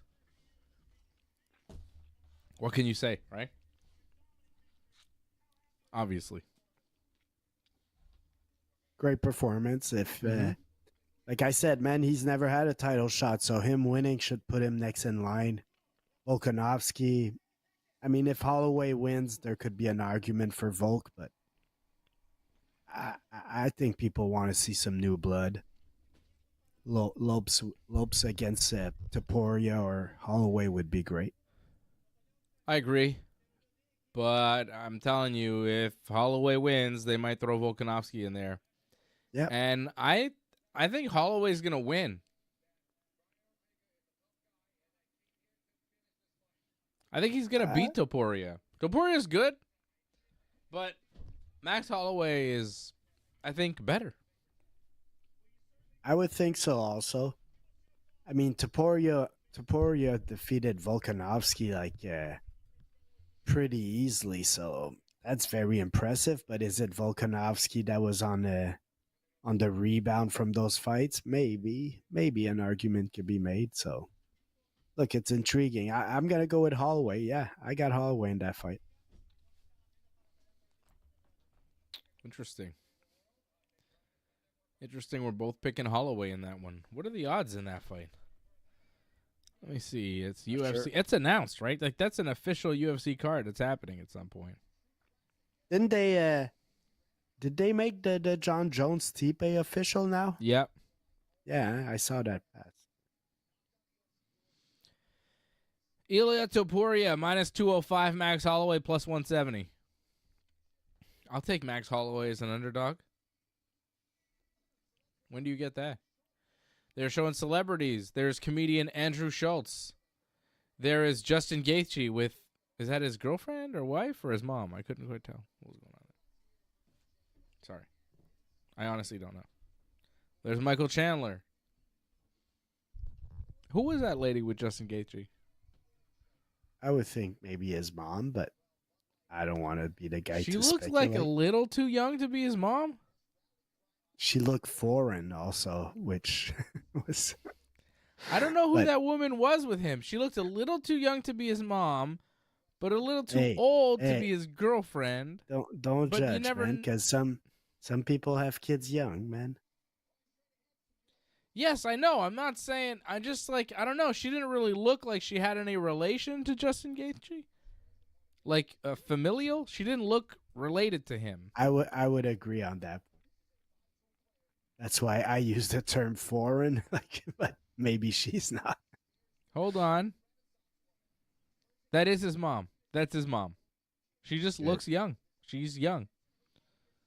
Maybe she's not even young. Maybe she's just aged very well. But that is Justin Gaethje's mom. And she is of Mexican descent. Oh, I didn't know that. So there you go. UFC Noche. I'll be Maybe right that's back. why she's there. I didn't know Justin Gaethje was half Mexican. Justin Gaethje's half Mexican. Fred will be right back. Wow, the revelations that we're learning about Mexican fighters. Like they say Mexican fighters, they got great chins, they're really tough and everything. And then you go, oh, Justin Gaethje's half Mexican. Well, he is really tough with a great chin, and, you know. Is it because he's Mexican? That can't be a real thing, can it? What is that?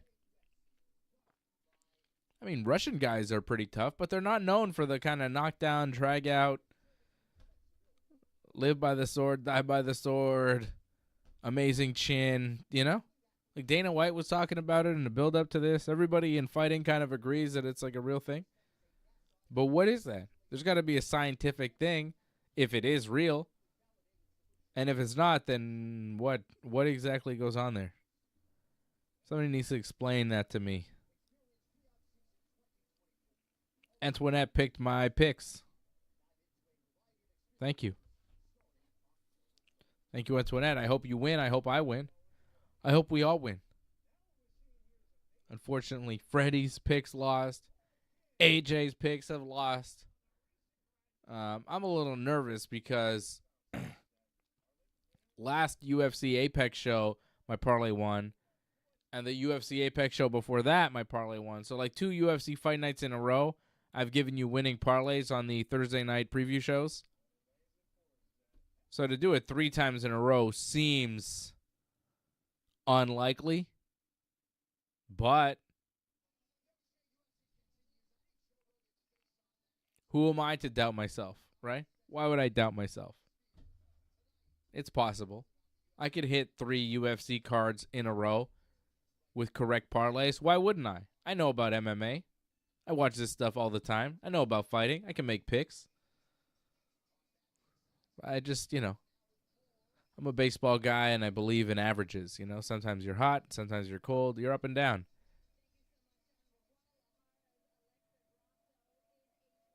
I'm nervous about this next fight, let me tell you. Alexa Grasso on my parlay. I feel like I'm more nervous about the Alexa Grasso Valentina Shevchenko fight for my parlay than I am about O'Malley and Merab.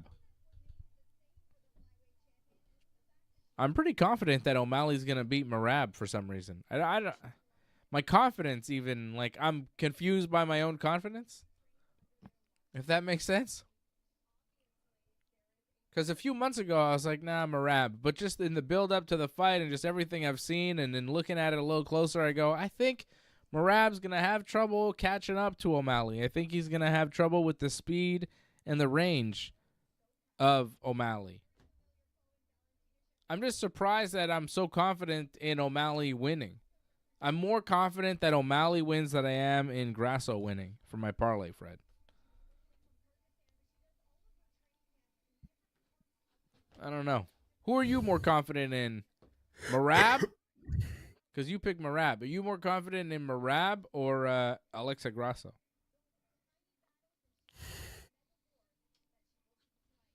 I would go with...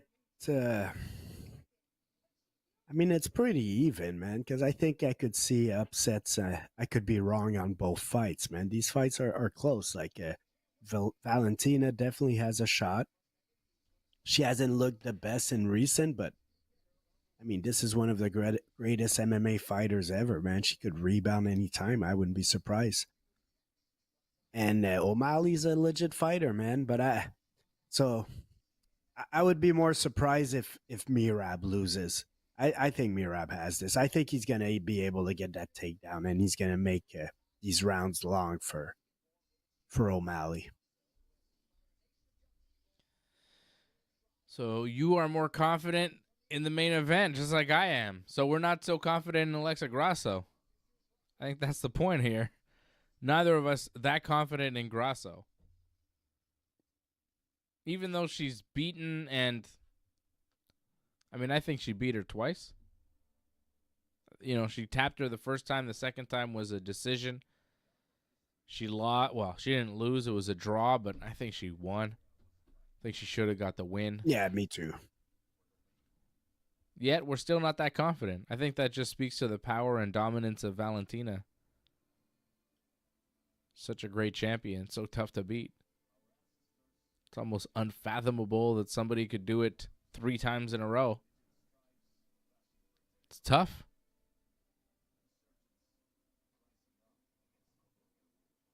How do you beat Valentina Shevchenko 3 fights in a row?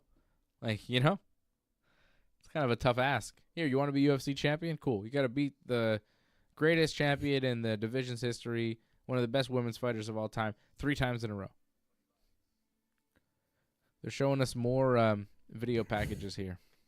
And watching them, I'm thinking, I remember a conversation we had a while back when Endeavor, that's the name, Endeavor, that owns like, or is it TKO that owns the UFC and WWE? Anyways, we were talking about like the merging. Do you think there's a little like influence from the WWE world from these packaging, or just like it feels different than what they've given us in the past, the UFC? Yeah, it maybe it's more. I think so. It's more theatrical, Hollywood. It's more Hollywood. I don't know if it's a WWE influence or maybe just the Hollywood influence of Endeavor just and the WME. people, just the people in charge of, you know, if both company are merged, maybe you have people now giving you like pointers on how to build some good videos. Yeah. I would think WWE were more advanced in this, especially for live presentations like that. Yeah, I mean, this is not bad, right? It looks kind of cool. Mm-hmm. Yeah. No, it's a good job. It looks pretty. The way they change the scenery on the screens for everything, like, it does look cool, especially right now. This is maybe the best one they got. Because that's all screens, right? Like, the thing in front, the pillars, they have, like, screens behind. It looks like there's a video screen behind pillars, but the pillars aren't even there. You know? The pillars are part of the video screen. It's a kind of multi-layered effect they have going. It's pretty cool. This is a cool video package, like the way they're presenting it, but like, again, I hate to just kind of go on and on about this, but shit, man. It's 12:21 Eastern time on a Saturday night. And we got 2 5-round fights left. Yeah, and we haven't started the co-main event yet, which could go 5 rounds easily. If you start this main event like past 1 a.m., that sucks. Which is kind of what we're headed for right now. The pacing of this event has been horrible. Horrible. You can't do 5 fights over 4 hours. It's too much. 5 fights in 4 hours? Way too long. And you know what? These pay-per-views with 2 title fights are fun, man. I'm not going to complain about that. But maybe Valentina versus Grasso is the type of fight that you have to put on free TV, you know? Yeah. I hate when they give us 2 title fights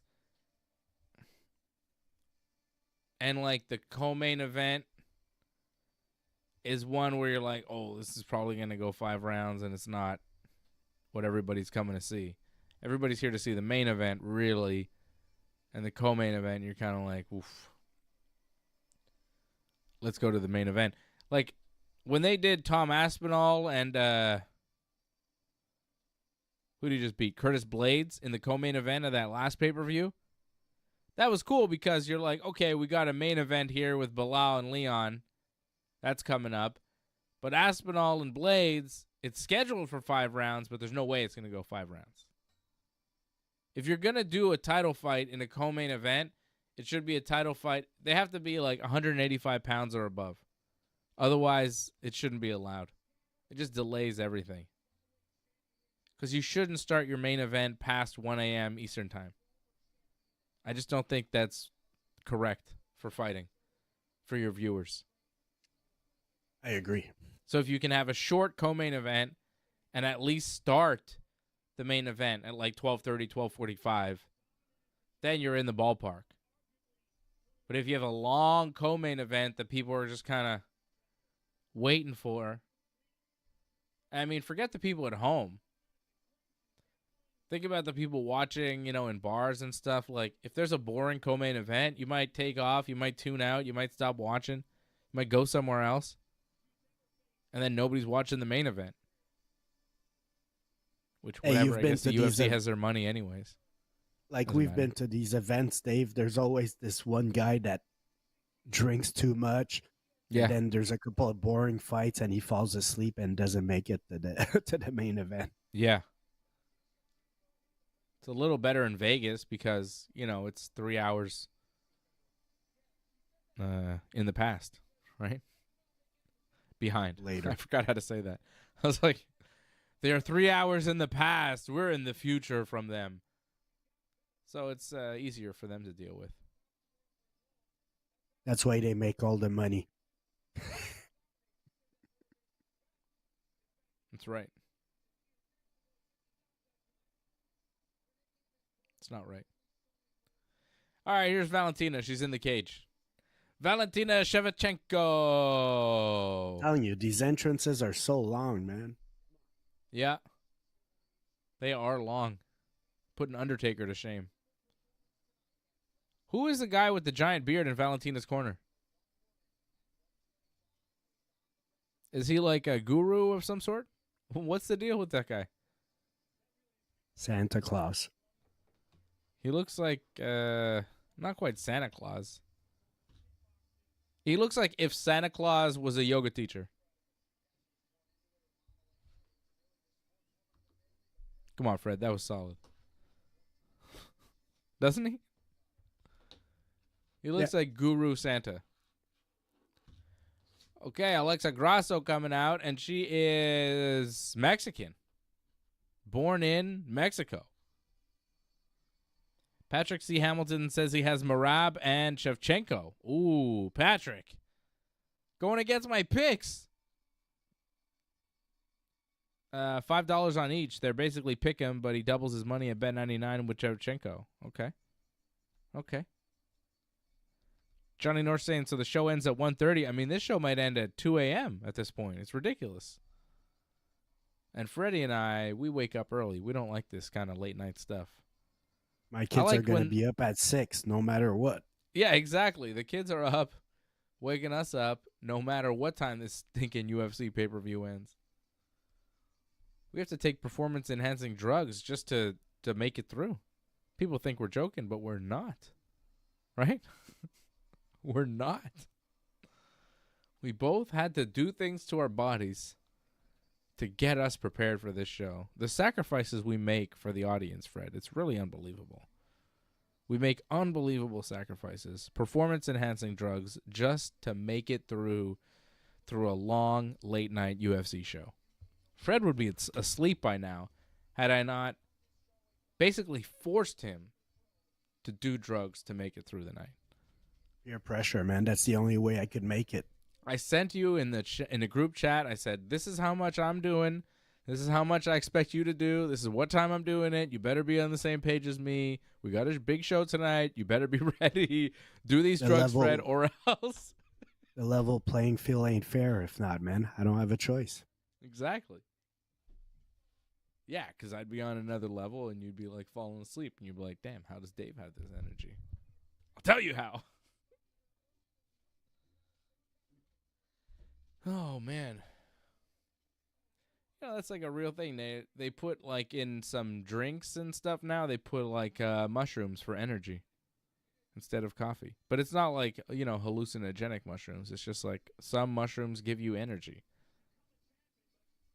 Cordyceps mushrooms, I think. I don't know. I saw a thing on a podcast. A guy was advertising a drink, and he was like, it's got this and mushrooms. I was like, what? But it's not like drugs, it's just like to keep you awake. I was like, oh, yeah, that makes sense. Doug Hepburn says WWE should definitely do a show at the Sphere. What is the capacity? The Sphere capacity. We were wondering that before. 18,600. Whoa. Okay, that's big. That's a lot of people. I didn't think it was that many. It didn't look like that many. They get the drone shots. They're showing us drone footage around the cage. You notice the drone cameras just never quite look right? It's always like a little,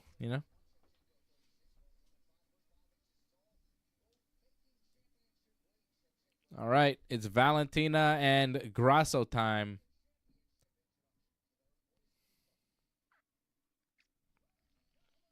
I'm hoping for a quick finish. Right? Wouldn't that be nice? Yeah, but I don't expect it. No. So what do you think? Grasso wins a decision? Yeah. Yeah.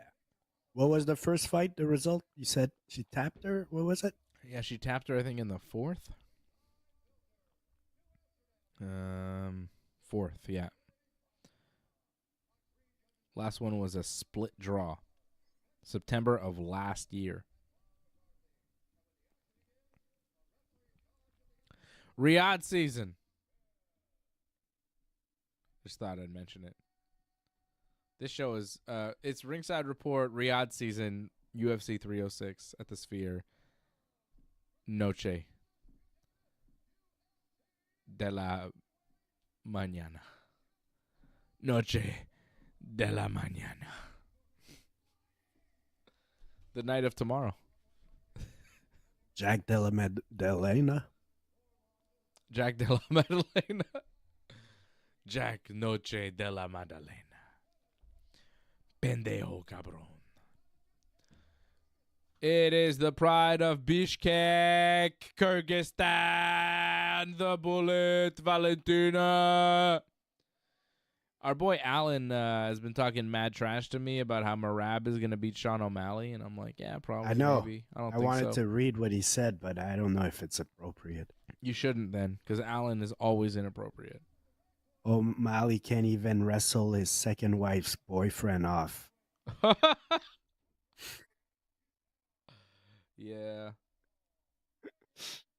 Let alone Merab.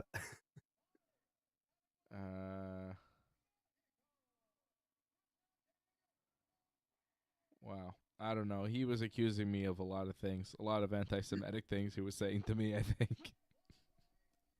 I can't repeat a lot of things that Alan says to me. They're very rude. Locker room talk. It's all fine. Merab is like a pit bull that's been fucking malnourished. That is the quote from Alan. All right. It's Valentina and Alexa Grasso. Te faccio culo così. Let's go. Oh my God. What is this lady dressed up as? She looks like the Tin Man from the thing. What is going on here? I don't like these weird outfits. They're scary. Illuminati. Oh my God, it's golden ladies. They look evil. It's like gold dust. Yeah, it's two gold dust ladies. Go. The heck is this, man? Why do they got the ring card girls dressed like gold dust? Huh?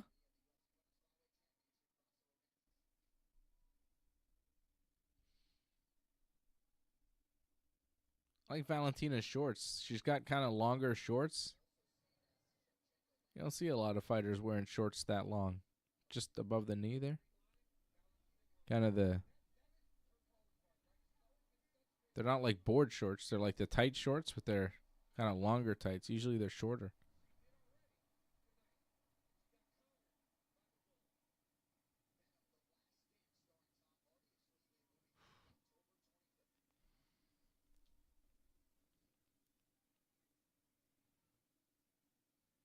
Grasso moving around. Oh, Valentina with a big right hand. Grasso's kind of moving around Valentina. When she enters in, Valentina just uncorks. Sharp punches, sharp kick to the body or to the leg there from Valentina.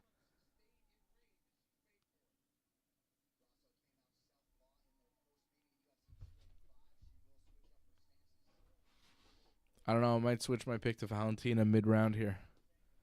Valentina's so good. Yeah, me too. Oh, Valentina with a takedown. Oof. Valentina looking really sharp so far. Leading in the striking. Big takedown. Grasso's got her in the closed guard.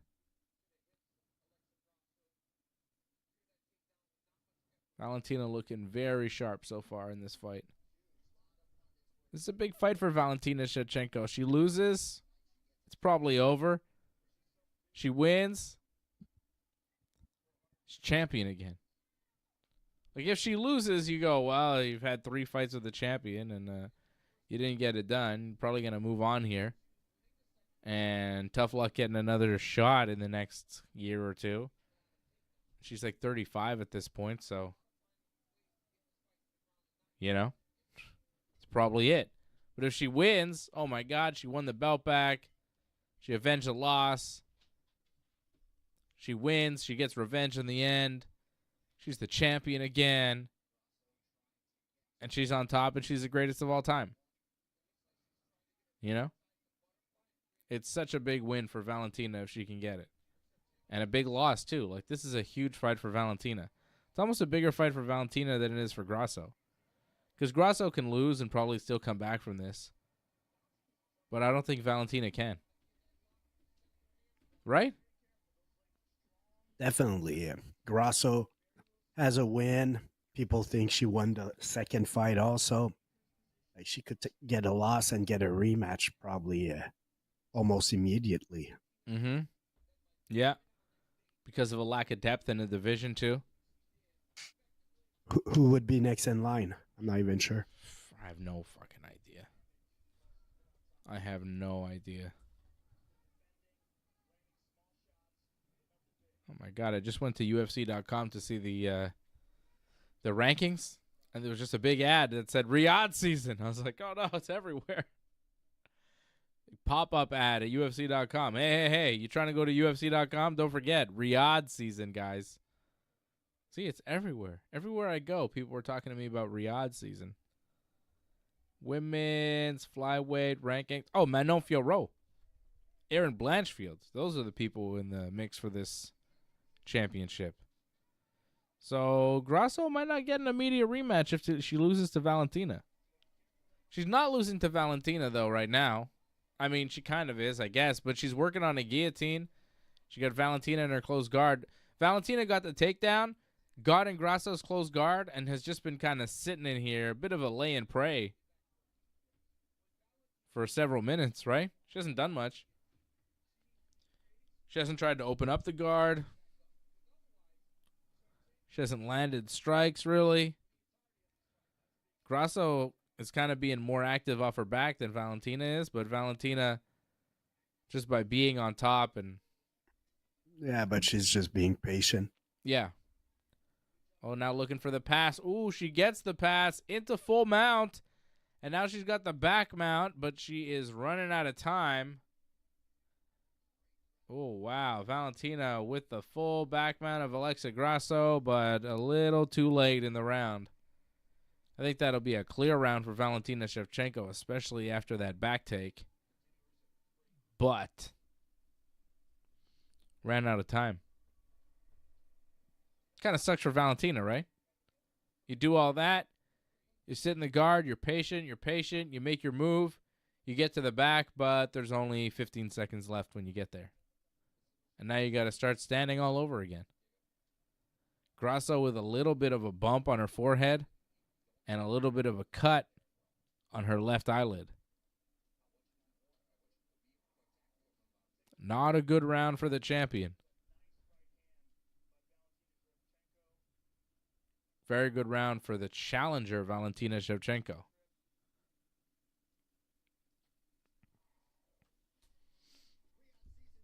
All right, round 2. Let's see some fireworks here, people.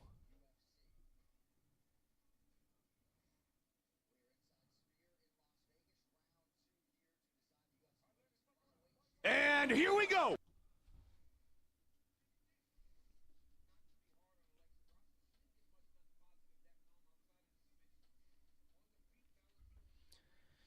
Second round, Valentina and Grasso.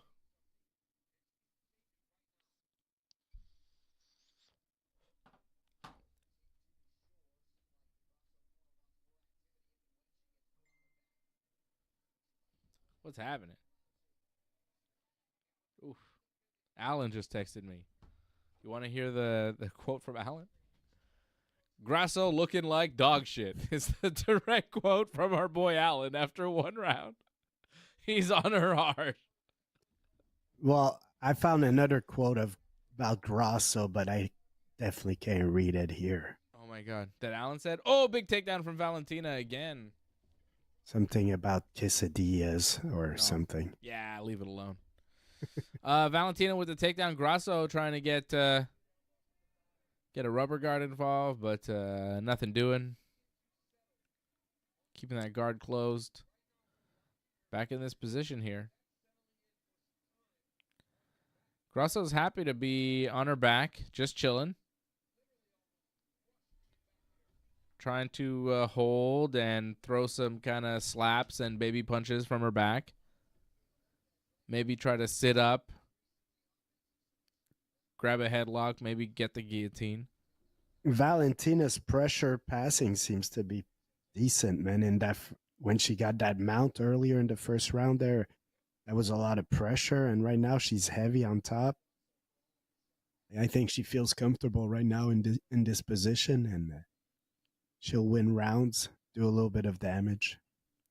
She passed pretty easily there from full guard. It's a half guard, which is a much better position in MMA to land strikes. That half guard, you can lay heavy on that bottom leg and really posture up and throw down. And Alexa Grasso flattened out in bottom half guard is not where you want to be.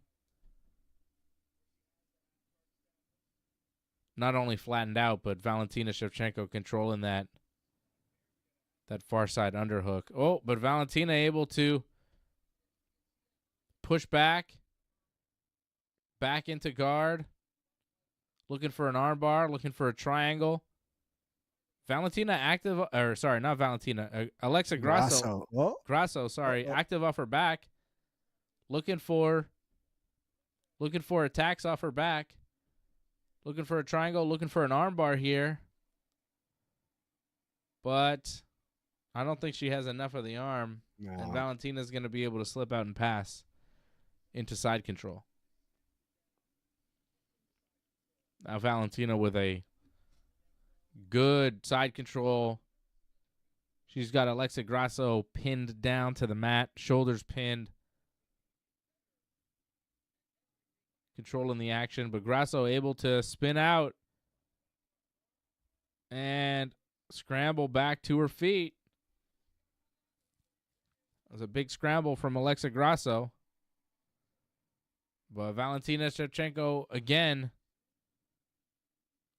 shooting in. Oh, wow. Forcing the reaction from Alexa Grasso. Did you see that? She faked the shot. Grasso sprawled, so Valentina kind of pushed on top of her, got the takedown anyways, and is back in Alexa Grasso's guard with just under a minute now left in this second round. Grasso just... Can she do something with this? Oh, my God. Is Grasso... Is that a...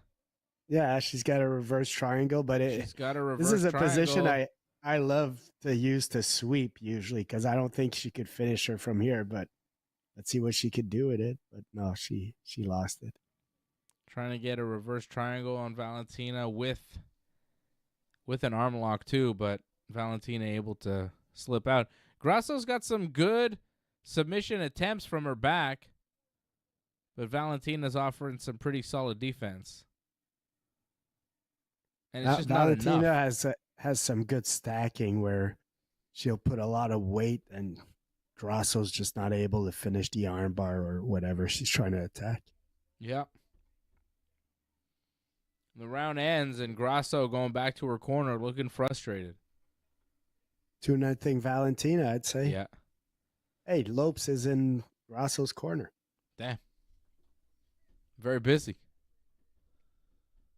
Big win. He's right back in it. But, there's enough time between fights that he had time to go chill out for a while shower, and then come back out.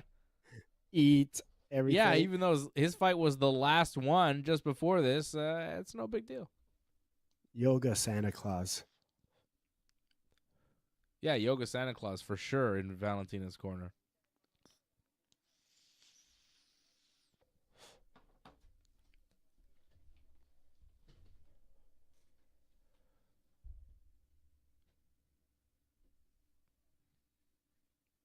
Tell you what, like Valentina's always been in good shape, but I'm looking at her right now, man. She looks jacked, man. She looks yeah, she seems pretty, more muscular in this fight almost. Yeah, the upper body, she looks the shoulders and all. She looks pretty strong. And here we go. It's not USADA anymore, right? It's like a drug-free sport or something. So different rules, brother. Free drug sport. Free drugs. Free drug sport. I thought it was drug-free sport. Free drug sport. You get into sports, you get free drugs. Pretty good deal. Valentina Shevchenko right now, live odds minus 425. Alexa Grasso plus 300. Before this fight, Alexa Grasso was the favorite. I mean, I think everybody has 2-0 Valentina here. Yeah. I don't see how you could have it any other way. Takedowns have been the story of the fight too, right? All about those takedowns. Takedowns, ground control. That was a nice little leg kick, though. Looked like it hurt the calf of Valentina from Alexa Grasso.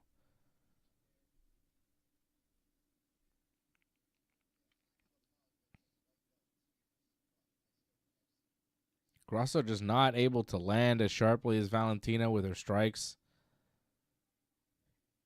She's really struggling to put any kind of offense together. What has she done?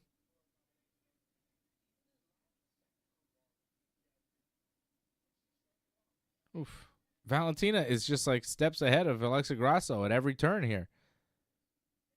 It's very impressive.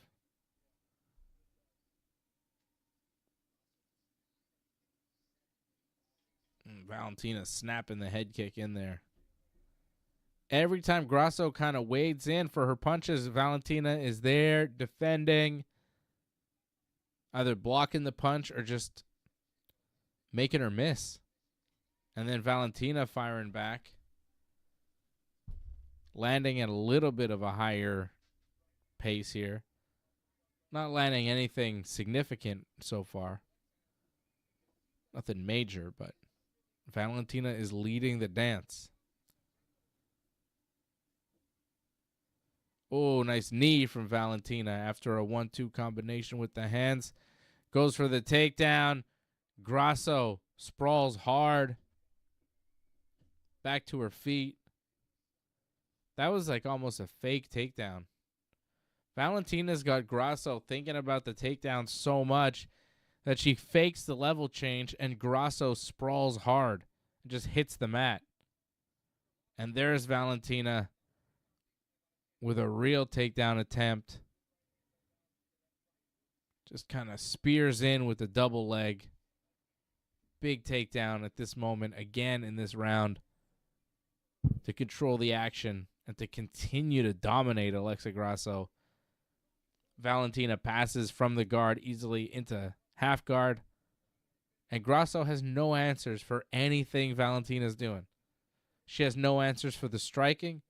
She has no answers for the takedowns. She has no answers for the ground control once she gets taken down. She has no answers. All 3 rounds seem very similar. Yep. Grasso's got to keep throwing up that Hail Mary of that like crazy submission attempt. Go for a buggy choke. Go for whatever you can and see if it sticks. Maybe eventually you get Valentina tired enough to where her defenses falter for a moment and you could land something. Because I think at this point that maybe Grasso's only shot. Grasso able to get Valentina back into the full guard, into butterfly guard. But regarding isn't going to win you the fight. Trying to sweep Valentina, but like you said, Fred, Valentina's pressure. You can see that hip pressure, that top pressure. She's like a rock, like you can't lift her. Big, heavy boulder of Valentina Shevchenko on top of you, and Alexa Grasso just can't deal with the pressure and the weight of it all. Valentina's a beast. I mean, she came in with a good game plan because, like we were saying, we pretty much everybody agreed that Grasso, she definitely won the first fight by submission, and the second fight, a lot of people were giving it to her. So, if anything, Valentina came in with a solid game plan tonight. Yeah, she's stopping Grasso at every turn, and now taking the back of Alexa Grasso. But she will run out of time, won't be able to get the rear naked choke. Grasso looks discouraged. I'm not sure what her corner is telling her, but she doesn't seem like she believes. No. She needs a pep talk. Yeah. She's in trouble. She's down 3-0. She's down 3-0 here. She needs a finish. I think Doug Hepburn just said it in the chat. Grasso needs a finish. I agree 100%. 100%. Shout out Jason Pete watching us out in Mexico on Mexican Independence Day. Buenas noches, Jason. It's UFC Noche. Riyadh season. Goldust Ring Girls. You'll remember the name. Goldust. Round 4 coming up. I think the difference here with the Valentina Shevchenko And here we go. for this fight, as opposed to the other 2 fights, is that she didn't have Yoga Santa Claus in her corner for the other ones. Could be. This guy must be the answer. He must be the answer. I wonder what he coaches. Wrestling? Muay Thai? Yoga. Yoga? Giving presents to all the boys and girls across the land if they do their yoga poses correctly? There's another takedown from Valentina Shevchenko. Going for the single leg. I mean, Grasso kind of accepted the takedown and attempted a guillotine. And she's still kind of holding on to the front headlock, but she doesn't have a guillotine. She's just holding the head of Valentina. And I think eventually Valentina is just going to pop her head out. Grasso trying to hold on to that guillotine, trying to squeeze. Wait a second. Hold on. This might be becoming dangerous. Wait a now. second. Oh, look at her face, man. Oh, my God. She's mounted. She's almost got her mounted. She's rolling over with it. I mean, this headlock is staying in. I just don't think she's under the neck. I don't think she's got the guillotine. She's got her head caught. She's got a good front headlock position, does Grasso, but she doesn't quite have a good chokehold on Valentina. If she did, she would have put her to sleep already. But they're kind of... Valentina's still in the guard of Alexa Grasso, still kind of wrapped up in this guillotine attempt. She can't quite posture her head out, but at the same time, she is safe, and there's her head popping out. Yeah. And there it is. It was close there for a second when she rolled with it and was trying to mount her with it. I thought that might have led to something. But Valentina able to pop her head out and now in the close guard of Alexa Grasso here in the 4th round. And Grasso, again, in a terrible position. Like, there was a moment there. Again, it's like that Hail Mary submission that Grasso's got to land if she hopes to win. She's got to, score a guillotine like that. You know? She's got to throw up a triangle and land it. Valentina's been loving this pass where she goes, like, from Grasso's guard to half guard and just shoulder pressures. It's been effective a couple of times in this fight. Mm-hmm. She stays really low and tight. A lot of pressure from Valentina. She's kind of snaking her way up. She's past the guard now as Valentina Shevchenko into the half guard of Alexa Grasso, looking to pass. I'd like to see Valentina with a little bit more urgency to pass because you can see she is able to pass and get to the back. She just runs out of time when she does it. Here you go. Now she manages to pass with enough time. She's in the full mount, and she's looking for a head and arm choke. No, not quite. Valentina, she doesn't quite have the mount anymore. Grasso able to push her back into the half guard.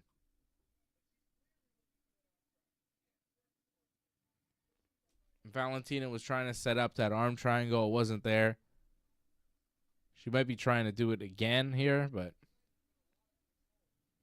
yeah, she's trying to push the arm up there. You see that? She's trying to kind of get that arm triangle, but it's not there. She passes out of the half guard, though, into side control. Another dominant round from Valentina Shevchenko. Alexa Grasso is going to lose his championship, and Valentina Shevchenko will cement her spot as the greatest women's flyweight fighter of all time. I think Valentina's won this fight, Fred. I'm ready to call it. We got 25 seconds left in the 4th round, but I think this is over. And I'm going to say that Grasso doesn't deserve a rematch right now. No.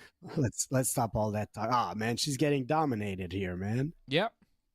I don't need to see another 5 rounds of this. Not for now. No. I think Manon Fiorot is next up. Manon Fiorot beat Erin Blanchfield in her last fight back in March. She's 12-1 as a pro. She's undefeated in the UFC. Her one loss was her first pro fight. She's won 12 in a row. Now 7 in a row in the UFC, including Erin Blanchfield. Manon Fiorot is ranked number 2, just behind Valentina Shevchenko. Alexa Grasso, the champion. I think the winner of this fight fights Manon Fiorot. France's own, AJ's favorite, Manon Fiorot, right? Yep. I think it's happening, Fred. I think Manon gets the title shot next. Who knows? Maybe they do it to the next UFC in Paris. Yeah. Valentina versus Manon. Who do you like in that fight? That's a big fight. Manon's been very good. Yeah. Valentina's looked great tonight, though. But Grasso hasn't looked great. Is this fight tonight more about Valentina or Grasso not showing up? Seems like Grasso is not offering nothing tonight. And here we go. I hate to, I don't like to look at it as, Grasso just sucks tonight, and Valentina, you can't. I'd like to give more credit to Valentina. I think Valentina just came in with the perfect game plan. The takedowns have been huge.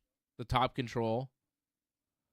I mean, this fight is going a lot like the first one did. Valentina was in firm control of that fight until she wasn't. Yeah. It just seems like a lot like the first one. The second one was a little close. I don't know. Maybe that was Valentina having an off night. I feel like this is just who Valentina is. This is just the best version of Valentina. I think Valentina's elevated again somehow. And Grasso just maybe wasn't prepared for this version of Valentina. I think she was maybe expecting the last fight again, where Valentina just wasn't offering as much, wasn't moving as well, wasn't scoring as many takedowns, and just controlling the pace of the fight. I think it's just perfect preparation from Valentina. But yeah, Grasso is just, she's not able to land any kind of punches. Maybe there was too much pressure with the UFC Noche thing, all the Mexican Independence Day stuff for her. Maybe it got too much. I don't know. Maybe. But this is not like a close fight like the last one was. This is a one-sided beatdown from Valentina Shevchenko, completely dominating the fight. Grasso's had her moments where she's attempted submissions, but not really come that close, and Valentina's dominated every other point in the fight. Here's Grasso. Wow, with a takedown here. Climbing on the back. Wouldn't it be crazy if she made me eat my words right now? Oh, but Valentina getting out of it. She had her back taken for a moment, gets out of it, stands to her feet, and takes Grasso down. Almost as if to prove a point. Wow. Valentina trying to climb to the back of Grasso, not working. They're back to their feet.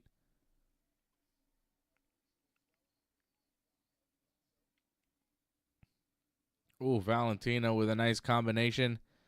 And another takedown. Oh, Grasso trying to roll out of it. Oh, and they get back to their feet. Valentina, though, pushing Grasso up against the fence. Every time Grasso offers some sort of counter, she is countered again right back by Valentina Shevchenko. Every time.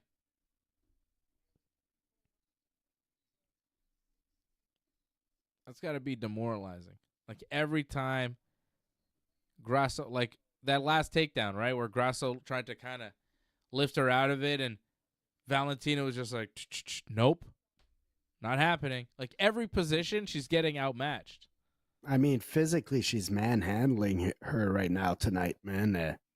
That's my biggest takeaway of this fight is how much physically Valentina is just ragdolling pretty much Grasso. Can a woman manhandle? Or do they woman handle? I saw Joe Rogan before. He was like, there was two women fighting, and then they like hugged after the fight. And he was like, what a great display of sportsmanship. And I was like, is it sportsmanship when it's two ladies? Or is it sportswomanship? I don't know. I don't have an answer. I'm just asking the questions, okay? I don't have to have an answer. I can just ask questions. I don't even care if there is an answer. I don't even care if the question's worth asking. How about that? Alexa Grasso, Valentina Shevchenko, final minute. What? Grammar Nazi. I mean, it's not really a grammar thing. It's just a like, what do people like? What's the words these days? Oh, and Valentina shooting in for a takedown. She got double underhooks now, and she takes Grasso down again, middle of the cage. Middle of the octagon. Alexa Grasso is down in bottom side control as time running out of this fight. That's really the story of the fight. Valentina with a takedown, Grasso on the bottom. Ooh, and Valentina now taking the back of Alexa Grasso. Grasso tried to get to her knees and get to her feet, but she got her back taken. And she is going to end this fight back mounted. And Valentina Shevchenko celebrating a job very well done. Valentina Shevchenko has just won a one-sided 5-round decision. I don't care what the judges say. Valentina won that fight. They for sure got this right. No one could have got this one wrong. This was all Valentina Shevchenko, 50-45 on my scorecards. That's 1, 2, 3, 4, 5, all 5 rounds for Valentina. Fred scoring it the same way. Dominant performance from Valentina Shevchenko. Unbelievable comeback story. An argument could be made even for maybe a couple of 10-8 rounds in there. So, anyways, definitely a Valentina win. Wow. Let's move to the main event quick, please. I agree. I would like the main event to happen now. I am ready. But, of course, they're going to have to announce the winner, and then Valentina's going to have to talk about it, and she's going to have to dance a little bit, and then we're going to have to see a 3-hour video package before the next fight. So, it'll take a while. But we'll get there. We'll get there. Yeah, it's ridiculous, though. They're going to start this main event like way past 1 a.m. Eastern time. Probably 1:30. That should never happen. That should never happen. We should end the watch-along under protest. Maybe not. Should protest the UFC. Be like, you know what? Fuck your main Tell you event. what, these Goldust ring girls should never happen again also. Yeah, I don't like the Goldust ring girls. The fuck is that? Can we just go back to them wearing their shorts and their thing? What is this weird outfit? Are these the normal ring girls? Is it like Ariane or... No, they're Britney new or... ones. They got new ones. I think they're all Mexican ring girls. 50-45 and new. 50-45, all 3 judges. And new UFC women's flyweight champion. Once again, Valentina Shevchenko is the champion. She's on top once again. Unanimous decision. Easily Valentina's fight. Valentina's going to talk to Joe Rogan. I want to know what she's going to say. Oh, my goodness. What a performance from Valentina Shevchenko, right? That was crazy. That was perfect. Great. That was perfection. How did she do that?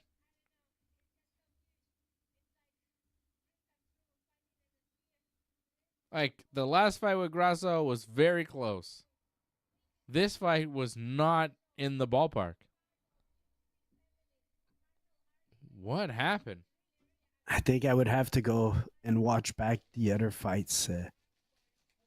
Because, like you mentioned earlier, the first fight she was doing well until she got submitted, and I think that's how I remember it also. So maybe you were right by saying the second fight was just an anomaly, you know, like Valentina before Grasso was a very dominant champion, and she might still be for a couple of years. Manon Fiorot, though, is going to be tough. Yeah. I want to see it. I think Valentina could take her, but maybe not. Because you see, I'm more hyped Valentina to see... is beatable now, you know, like we've seen it happen. Yeah. But even if she lost to Grasso, like I'm more... she has a loss versus Grasso, I'm more hyped for Fiorot. I think Fiorot is going to be a more intriguing challenger. Yeah. It's a very interesting fight. Doing it in Paris would be nuts. Be pretty big. Valentina Shevchenko can do it all. She speaks Spanish. She's doing her post-fight interview in Spanish right now. Yeah, well, she should make it shorter. Yeah. Cállate. It's enough. Shut up, Joe. Don't ask another question, man. Joe asked one question, and then Valentina decided to do an entire speech in Spanish that's gone on for 15 minutes. Ridiculous. Her post-fight speech has lasted longer than the fight. And the fight was like an hour. All right. Get her out of the cage, Joe Rogan. Thanks, Valentina. You're awesome. Holy shit, she's still talking. Cool. All right, Joe. Just take the mic away. Nah, she'd kick him in the face.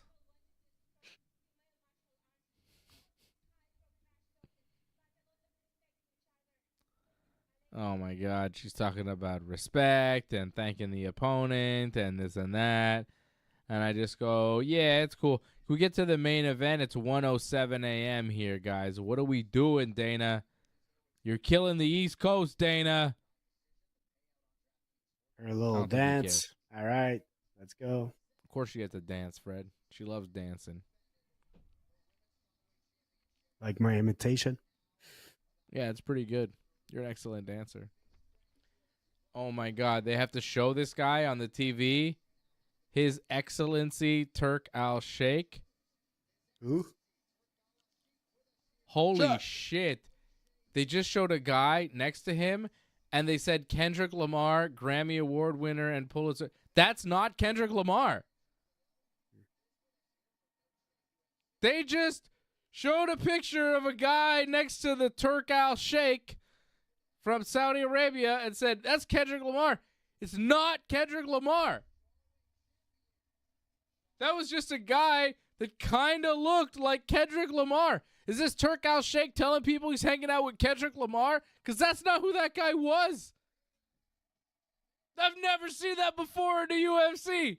Fred, that's not shocking to you? They just showed another guy who's not Kendrick Lamar. They're like, yes, this is Kendrick. It's like they had a Kendrick Lamar impersonator sitting there, and they're like, here's Kendrick Lamar. That was not Kendrick Lamar at all. What the fuck was that? Here's Turk Al-Sheikh from Saudi Arabia, Riyadh season, and here he is putting his arm around this gentleman who is Kendrick Lamar.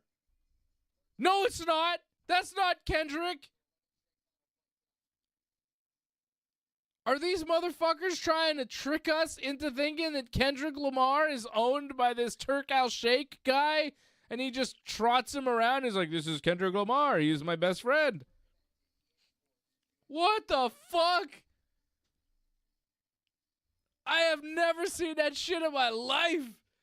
What are you doing, UFC? How are you going to say that's Kendrick Lamar? Nobody fact checks. Nobody goes, actually, that's not Kendrick Lamar. That's just a guy. I have no idea who that is. It said Kendrick Lamar, artist, Pulitzer Prize winning something. It's like, that's not Kendrick. I know who Kendrick is. I know what he looks like. That's not K-Dot. Super chat. Holy shit. I can't confirm or deny. Confirm or deny? Fuck out of here, Fred. I know who he is. I know what he looks like. That's not him. That was not Kendrick. How the fuck did the UFC just do that? That's crazy. Come on, man. Sometimes people fuck up, man. That was a huge fuck up. Yeah, man. It's over past 1 a.m, man. Production's tired, also, man. That woke me up, dog. They just said they had Kendrick Lamar in the building to watch this show. Johnny Bones. Oh my God, I am shocked. Oh, they're showing John Jones highlights. Jason, this is Kendrick Lamar speaking. I want to say that it's too bad AJ isn't there. Yeah, that was a fake Kendrick Lamar. I think that was AJ. We got more fake Kendricks popping up everywhere. Oh, yeah, John Jones, the man. Jason, this is Kendrick Lamar speaking. I want to say that it's too bad AJ isn't there.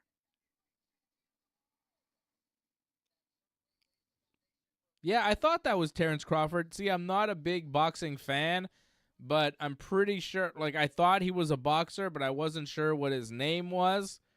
I wasn't sure if that was actually Terrence Crawford. That was Terrence Crawford with the Sheikh guy, but they said it was Kendrick Lamar. Thank you, Jason Pete, for confirming that. That was Terrence Crawford, not Kendrick Lamar. Holy shit. Sorry, Dana. Do they all look alike to you, buddy? What's happening?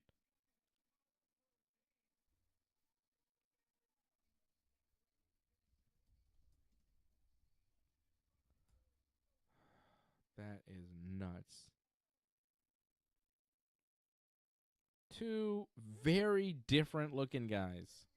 John Jones with a cowboy hat.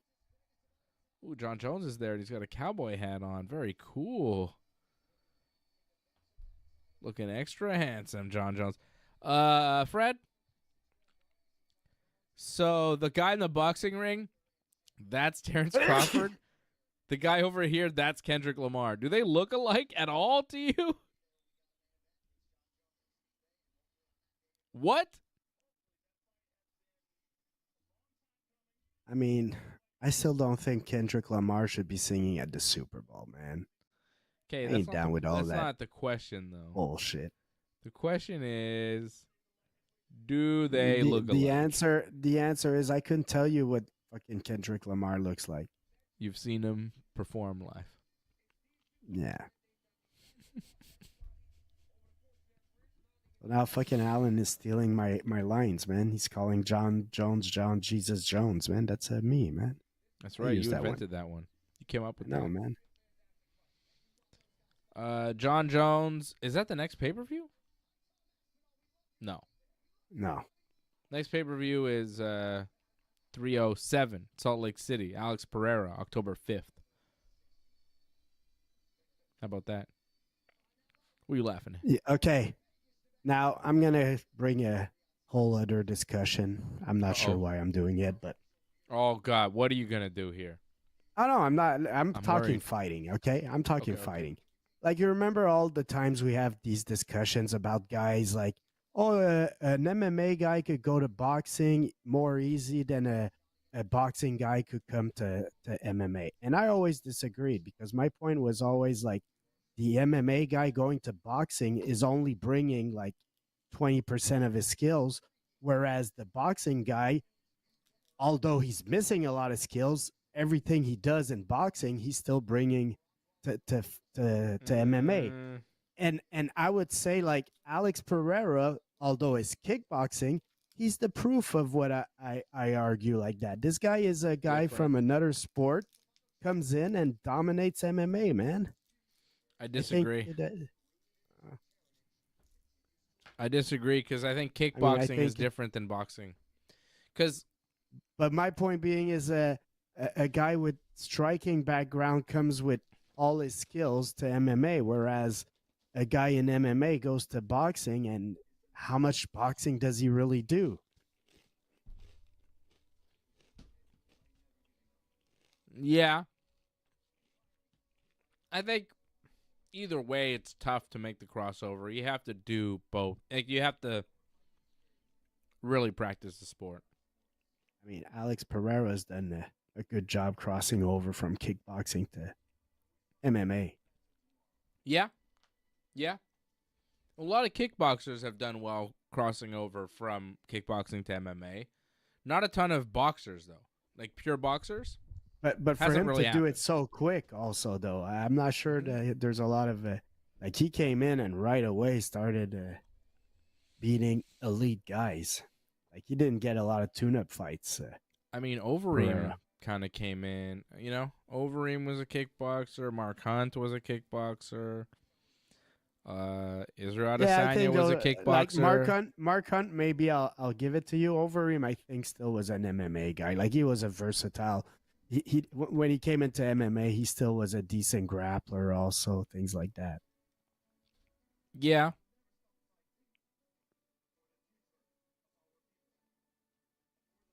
What the hell is this happening on my TV screen right now? Illuminati.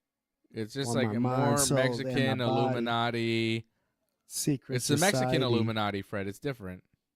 It's similar, though. They're doing more of these video packages with like... You've never seen... You don't know what Apocalypto is? It's like that Mel Gibson Inca movie that he did there. Like, and like they're just like getting people's heart out. I never saw it. I think I know what you're talking about. I think I saw commercials for it, but I never saw the movie.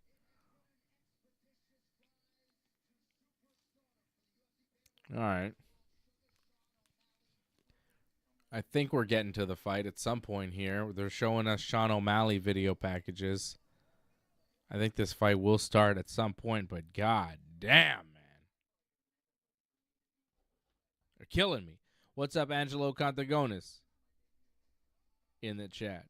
Jason Pete saying, boxing and UFC are two different sports. Fighting is different. That's like saying a judo guy can't wrestle and vice versa. Yeah, I agree. He says the whole boxing versus MMA argument only exists because they are the most popular combat sports. I think that's true. But also, I think, MMA fighters in general, if you're the average MMA fighter versus the average boxer in a fight to the death, I think the average MMA fighter wins. Of course. Yeah. I think that's really the point, is that an MMA fighter possesses more skills and more possibilities to kill somebody, more ways to kill. I'll take prime Brock Lesnar over prime Mike Tyson. Mm-hmm. In an MMA fight, of course. Or in just a fight to the death. I think Brock probably kills Mike eventually. But if Mike lands a knockout punch and knocks Brock out, he just punches him to death, and then Brock dies. You know what will never happen? Brock Lesnar going to boxing and doing anything substantial against Mike Tyson. Yeah, that's true. Whereas in MMA, Mike might land that knockout punch. He probably won't. But he might. There's still a better shot of him landing that knockout punch than Brock ever winning a round in boxing against Mike. How about Prime Cain Velasquez, though? I don't think Mike Tyson could touch Prime. I don't think he knocks out Prime Cain. I think Prime Cain, he takes Mike Tyson down and fucks him up. Eats him for breakfast. Nobody's touching Prime Cain. I think Prime Brock also takes him down. Probably. I mean, Brock Tyson wasn't that big of like a 40, heavyweight. pounds at least. Yeah, exactly. Yeah. Probably. Let's invent time machines and make it all happen somehow. You said I blame the UFC for all these long video packages. They got us talking about all these crazy things, man. They got us hitting the vape and talking shit. We're high. Yeah. I mean, it's fucking 1:20 in the morning, man. What do you want us to do? Man, this is going to finish past 2 a.m., man. And I'm planning on eating a bowl of Frosted Flakes maybe before going to bed. So, damn, son. Man, it's going to be late, man. I'm smoke a joint after all this is done. Gotta chill out. A joint? Oh, no. I don't have time for a joint. Fuck yeah, bro. Are you crazy in your head? It needs to happen at this point. It needs to happen. I wish I was going out smoking a number right now to watch this fight. That'd be dope. We need to build an outdoor studio is what we need to do. We need to leave Quebec and go to California or Florida or somewhere warm climate, maybe Mexico, like Jason. We build some sort of outdoor studio with a roof, but no walls. So we can be outside watching UFC, smoking numbers. Fred, what do you think, man? Outdoor studio?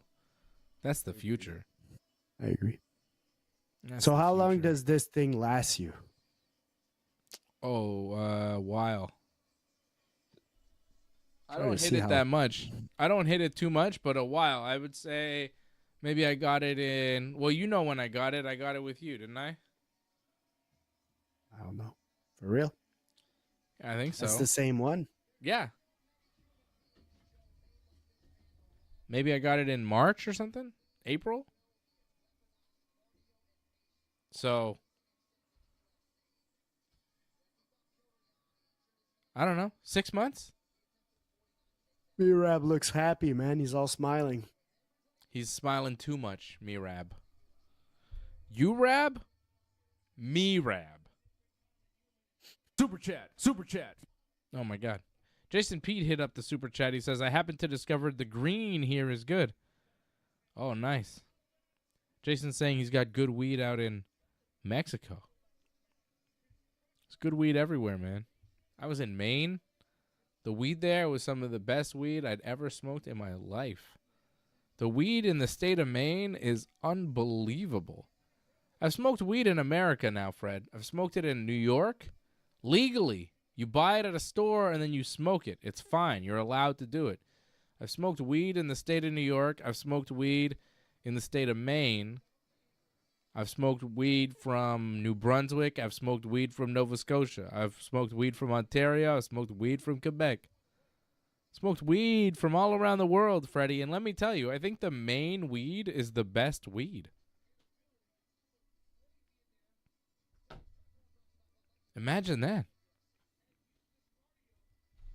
I think the people in Maine right now, they're winning a lot of these, growing cup things, where people go to how do you go to one of those things? You always hear about, this won the Cannabis Cup. It was best weed voted. It's like, who's judging this? Can I be a judge? Can you be a judge? I feel like we're qualified. I agree. Who are is it celebrity judges? Is it like Snoop Dogg and Willie Nelson judging this shit? Who is judging?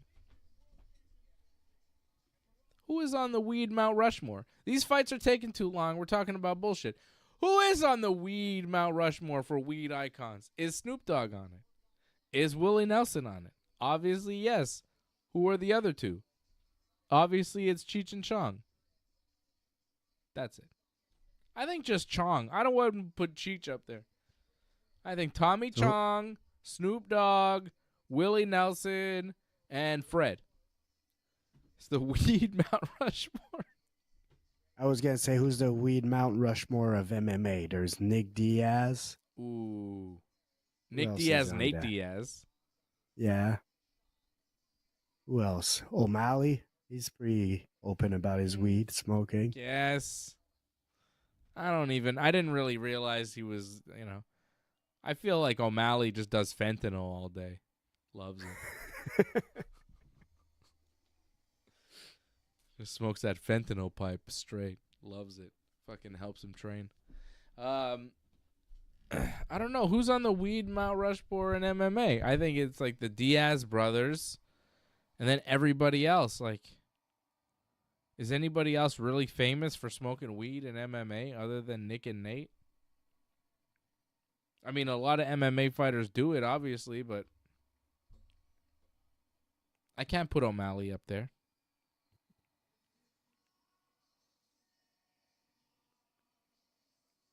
Any fighter have their own strain or their own weed company? Like Mike John Tyson? Jones. John Jones? Oh, for sure you got to put him up there. He's on the all drugs Mount Rushmore for fucking MMA, man. And plus, wasn't he caught with like weed in the car? Didn't he hit the pregnant lady and then run away from the car and then run back in to get his weed pipe? Yeah, I think you're right. Dude, Mount Rushmore, brother. That's a legit move.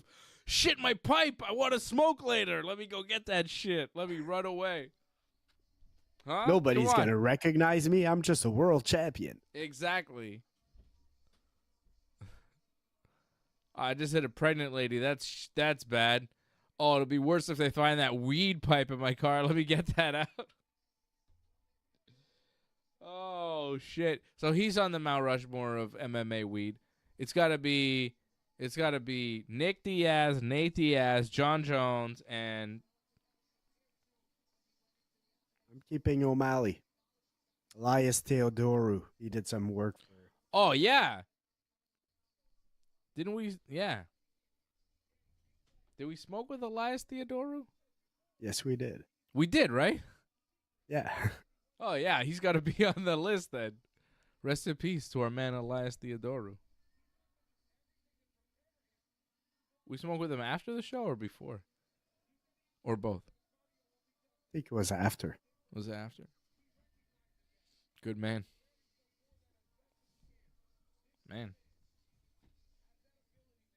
Fuck cancer, man. That shit sucks. What the fuck, man? Poor guy. Mm-hmm. He was so alive, Like, he had so much life in him. It's crazy. It's fucking... Ugh. All right, we'll put our man Elias on there. He was a big weed proponent. Didn't he get, like, weed... He was, like, pushing for legalization and stuff. Like, yeah. He was... Yeah, you got to put Elias in there. That's a good call, Fred. And we smoked with him, so when he came on the show. So that's, like, double. Honorable mention to my man Jean-Charles Skarbowski, who loves to smoke good weed. I smoked a shit ton of weed with that guy one time. He was that crazy kickboxing guy from France that GSP brought in on the Ultimate I'm not sure Fighter. why, but lately Facebook is always showing me some instructionals from him. They want me to buy some Facebook thinks you're a kickboxer, not a jiu-jitsu guy for some reason. I don't know. Fucking up the Lately, algorithm. I've been getting them. That's weird. Skarbowski was cool. Sean O'Malley, Merab Dvalishvili in the cage. It's main event time, finally. Jason Pete says Matt Riddle and Jake Shields. I'm not putting Matt Riddle on a Mount Rushmore of shit. Fucking Matt Riddle. Although he did get kicked out of the UFC for, like, smoking weed. I think they were like, Riddle, you can fight in the UFC if you stop smoking weed. He's like, nah, I'm good. I'll see you later. I'd rather smoke weed. I was like, yeah, good choice.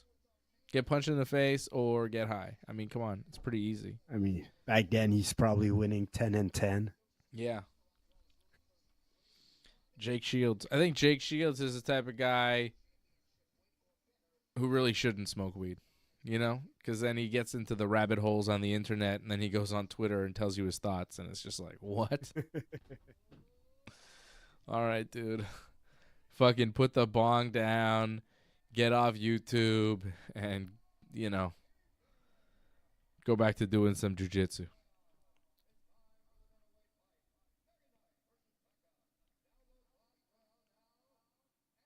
Merab O'Malley. All right, come Freddie. on, Merab. This is big. Let's have a quick fight, man. This is a huge fight here. Does Dvalishvili become the new champion? Or does O'Malley retain? And I think no matter what, the winner will fight Umar Nurmagomedov, the undefeated cousin of Khabib, who seems to be tearing up the bantamweight division, who seems to be next in line.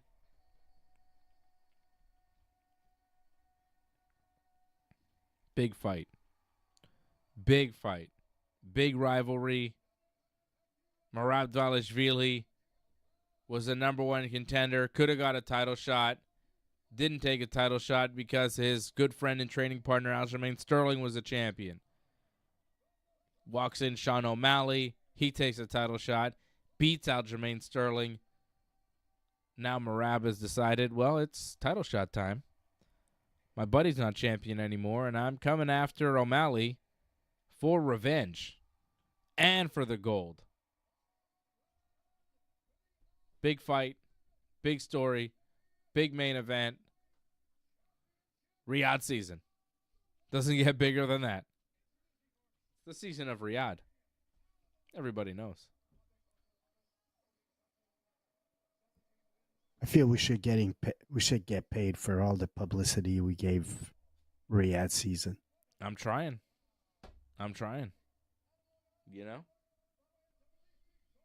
I would like some of that sweet, sweet Saudi money. Open that tab. Here is Merab with the flag of his home country of Georgia tattooed on his chest. I was looking how flat his nose is. He got hit quite a bit, I think, in his nose in his career. Yeah. He's got that flat fighter nose. And there's Sean O'Malley with the colorful hair, colorful tattoos, colorful attitude. Long, rangy champion. I think he's got to keep Merab at a distance. Use his reach. Use his straight punches. Avoid getting taken down. Look to score. Look for the knockout. Merab's got to close the distance. Make it dirty. Score the takedowns. Stay in O'Malley's face. Stay aggressive. Stay tight. Stay heavy. Oh, and then this is the ultimate weird ring girl. What the hell is this? Some sort of robot Statue of Liberty thing. I don't know what's going on there. Can't even describe what's going on. They got swords on their heads. I don't know what's happening. But it's main event time. It's O'Malley versus Dvalishvili. And here we go. What's he saying? What's he saying? Are they talking? What's going on here? He doesn't have his mouthpiece. Merab forgot his mouthpiece. They started. I think so.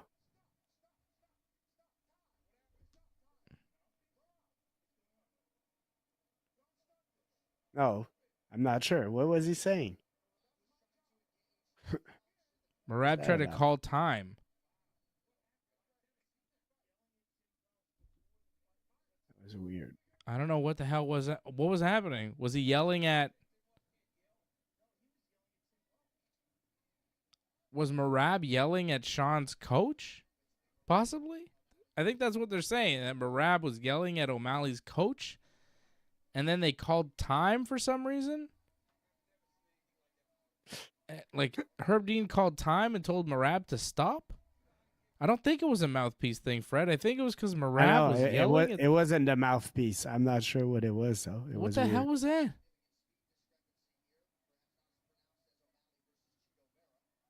I'm not sure Merab's fully focused, though. I don't like seeing.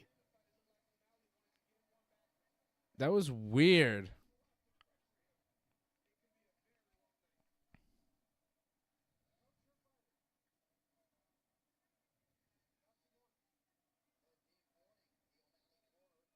Oh, Herb Dean is warning Sean O'Malley's corner because apparently they're talking to Merab. Like Merab is talking to them, and like the coach, O'Malley's coach, Okay. they're going back and forth, and the ref just warned O'Malley's corner. O'Malley landed a jab. A lot of drama. Focus on the fight, Merab. Was a body kick from Merab.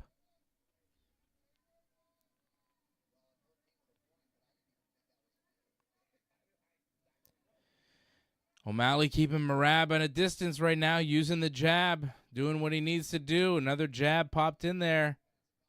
O'Malley's so much taller, so much rangier than Dvalishvili.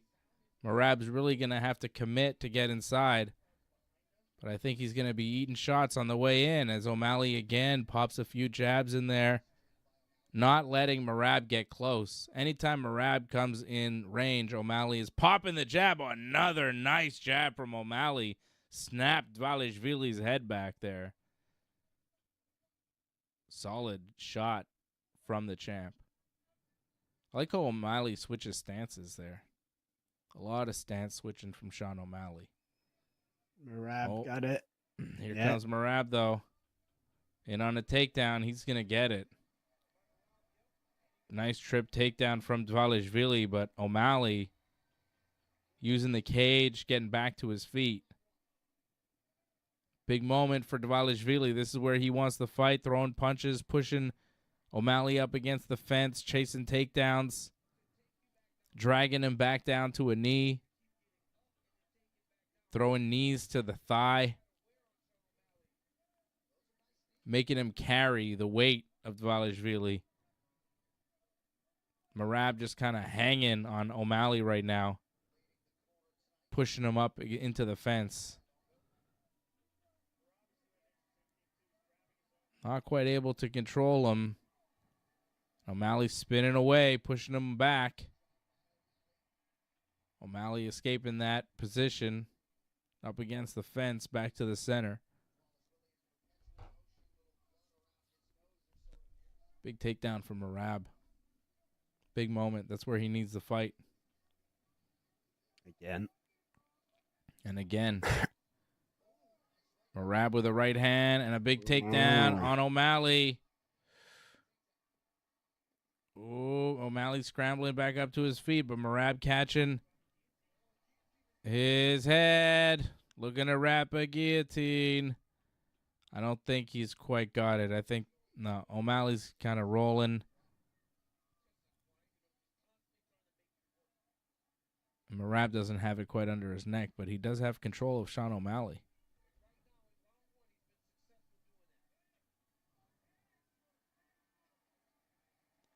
Big moments here for Merab Dvalishvili, pointing at O'Malley. Pointing at him. Taunting him. Whoa.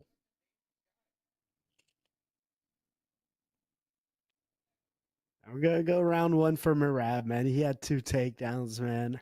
I got to give him that first round. Yeah. I think so.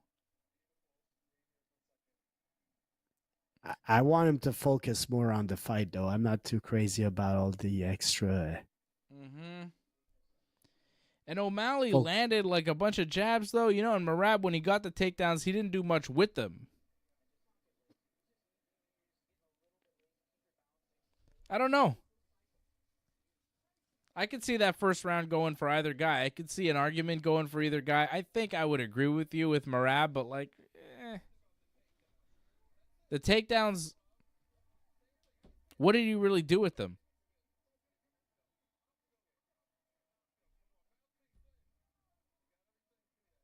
Did he do damage?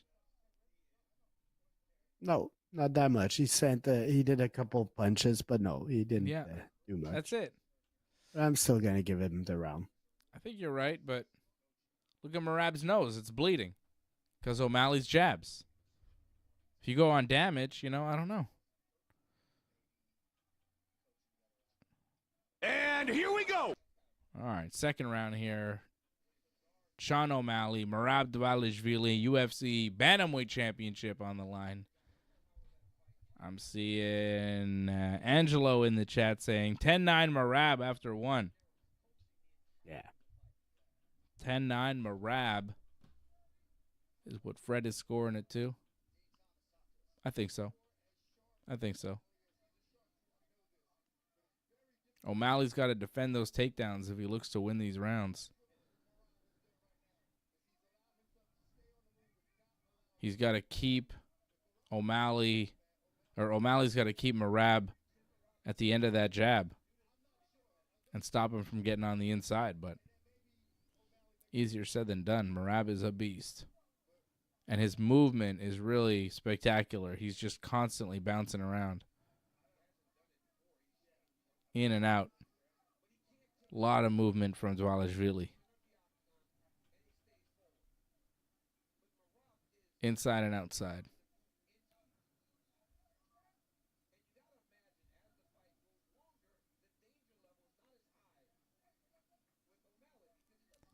There's a body punch there from Sean O'Malley.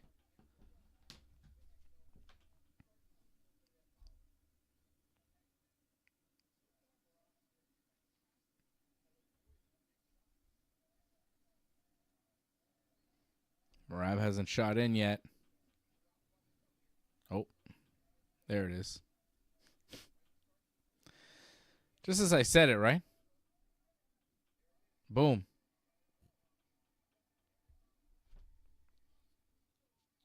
Takedown from Merab. On top of O'Malley. Inside the guard. Like when the fight started, I was wondering if Merab could keep the pace that he wants to put on. But right now, I'm feeling confident that he's probably got the better cardio of the two. Mm-hmm. Especially in a fight like this, where O'Malley's got to be constantly defending the takedown and working off his back. Merab's not expending too much energy doing this. He gets a quick takedown. He gets control. It's when you don't get the takedown that you're spending a lot of energy. But yeah, as you say, he gets them. So it takes a lot more to defend at that moment. Yeah. O'Malley is using his energy right now. Merab is just on top, throwing punches, looking for his openings, looking to pass if he can. But O'Malley's on the defense right now. What happened? Herb Dean is Warning him for what? What the hell? Holding the glove. O'Malley's cheating. O'Malley was grabbing the glove, and Herb Dean actually called time and told him not to do that. That is not something you see very often, but O'Malley grabbing the glove, trying to work an armbar, and Herb Dean saw it.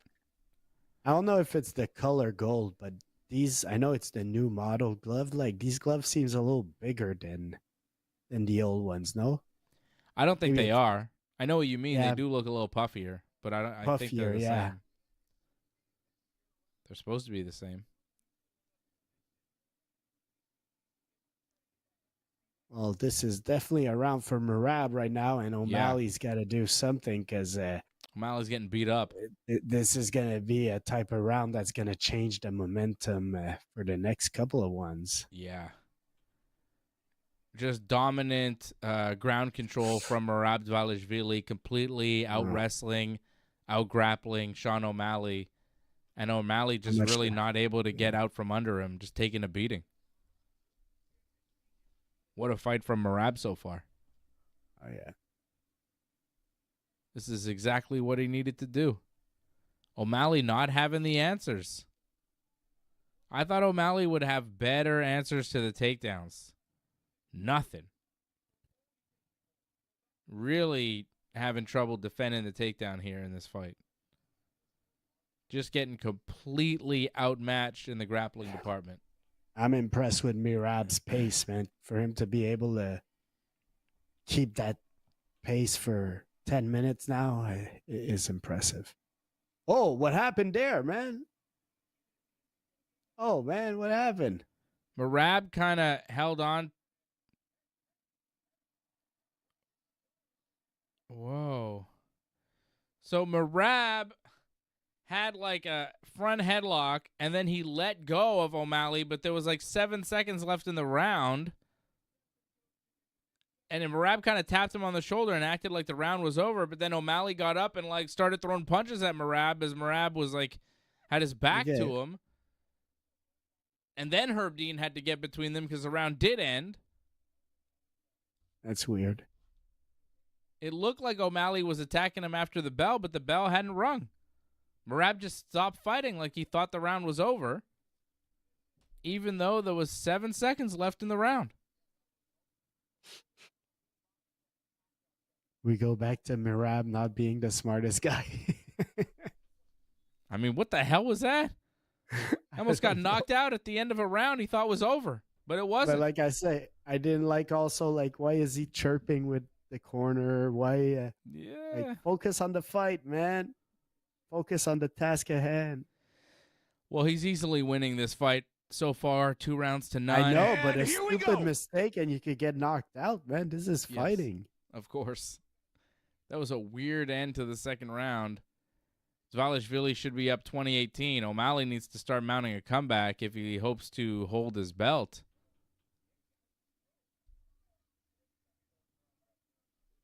Merab looks a little loose, like he's having a little too much fun.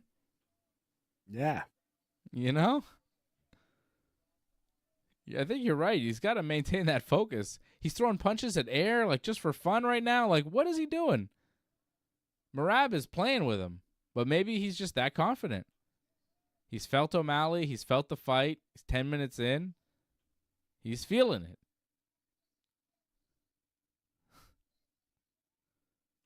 Some odd moments in this fight, right? Yes. 2 warnings where they like stopped it early on, warning Merab not to talk to O'Malley's corner, and then warning O'Malley's corner not to talk to Merab, and warning O'Malley not to grab the gloves, but like stopping the action to do it. What looked like a late stoppage, an attack after the break when there was no break. Just Merab thought it was a break. Thought the round was over, but it wasn't. There's Merab looking for a takedown. O'Malley defends, but Merab pushes him into the fence. Ooh, knee to the head. And Now drags him down to the mat. Oh, Merab looking for a Darce choke. This could be real trouble for Sean O'Malley. Hey, is that Terrence Crawford cage side, or is it Kendrick Lamar? The UFC doesn't know. That is still crazy.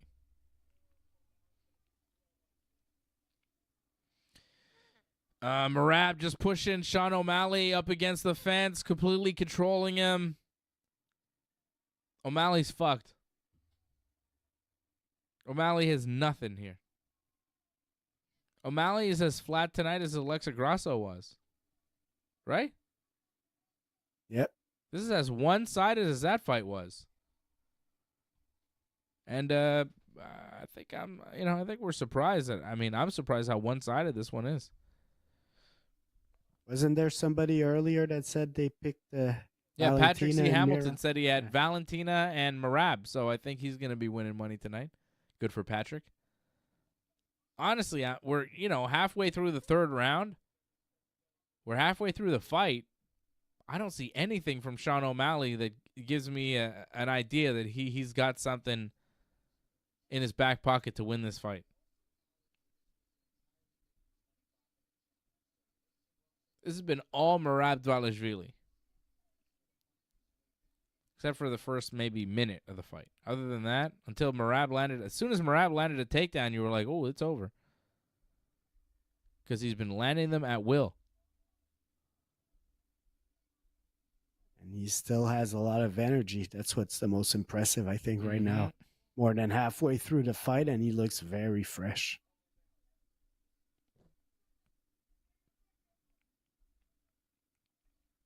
O'Malley in big trouble. As the time goes on, you just go, oof, how's he going to find an answer for this? Maybe the judges will save him like they did in the Petr Yan fight.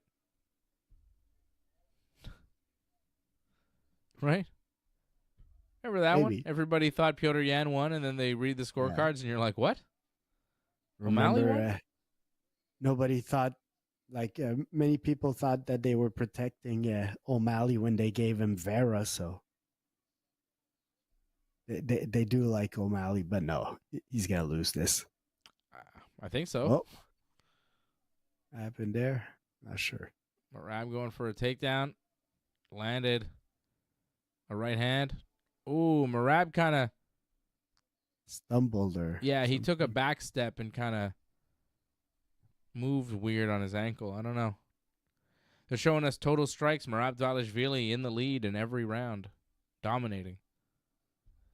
Oh, I think something's wrong with Merab's left ankle, though. I think he twisted his ankle. He's walking really funny on that thing.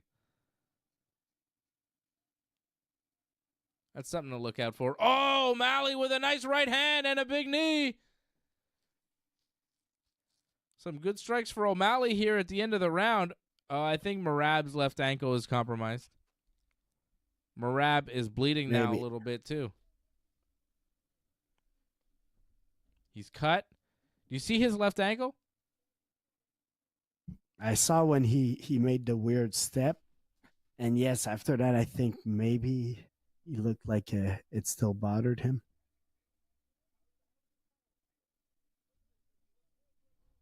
Yeah, I think it's bothering him a little bit.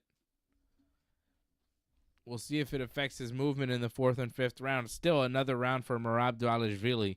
He's won all 3 rounds so far.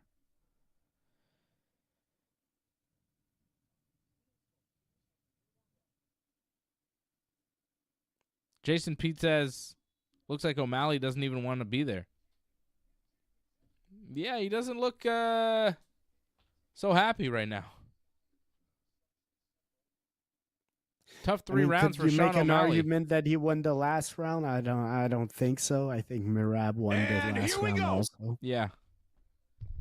So he needs a finish right now. That means O'Malley.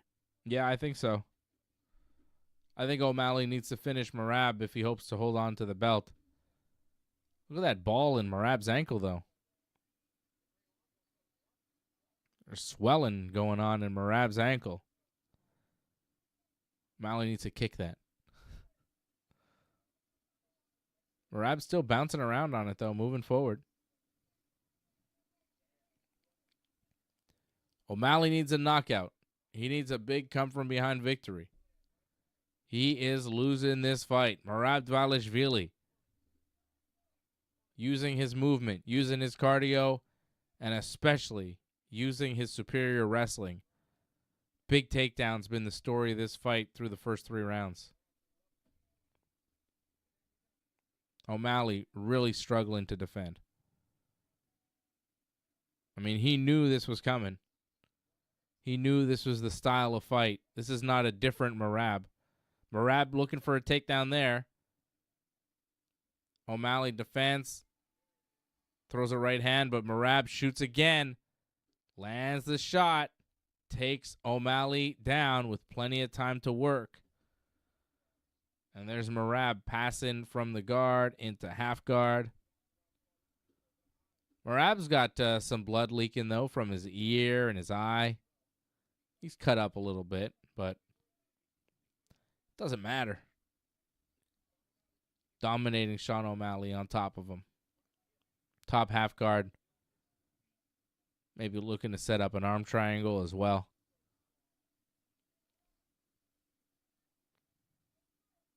This has been all Merab. Bad performance from Sean O'Malley. Like, come on. He's really not offering much at all. Talking But I mean, all this. This is a different test, man. Like, Aljamain is a decent grappler, but Merab is just another level. Like, this is different. Like, so I think we've all felt that maybe O'Malley was never tested on the wrestling aspect, and tonight we see.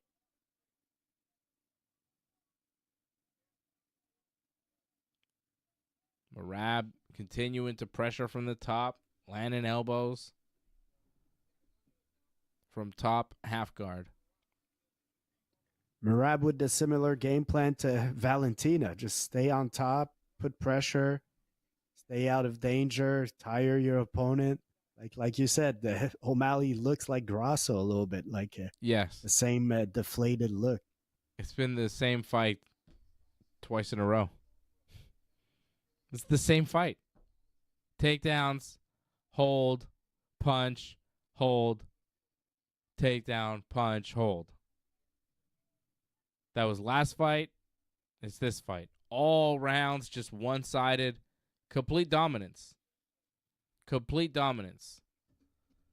I'd like to see this fight end a different way. I'd like to see a finish either way, just to make it more interesting. O'Malley getting to his feet, but Merab still has control of his body with a body lock clinch, throwing knees to the thigh of O'Malley.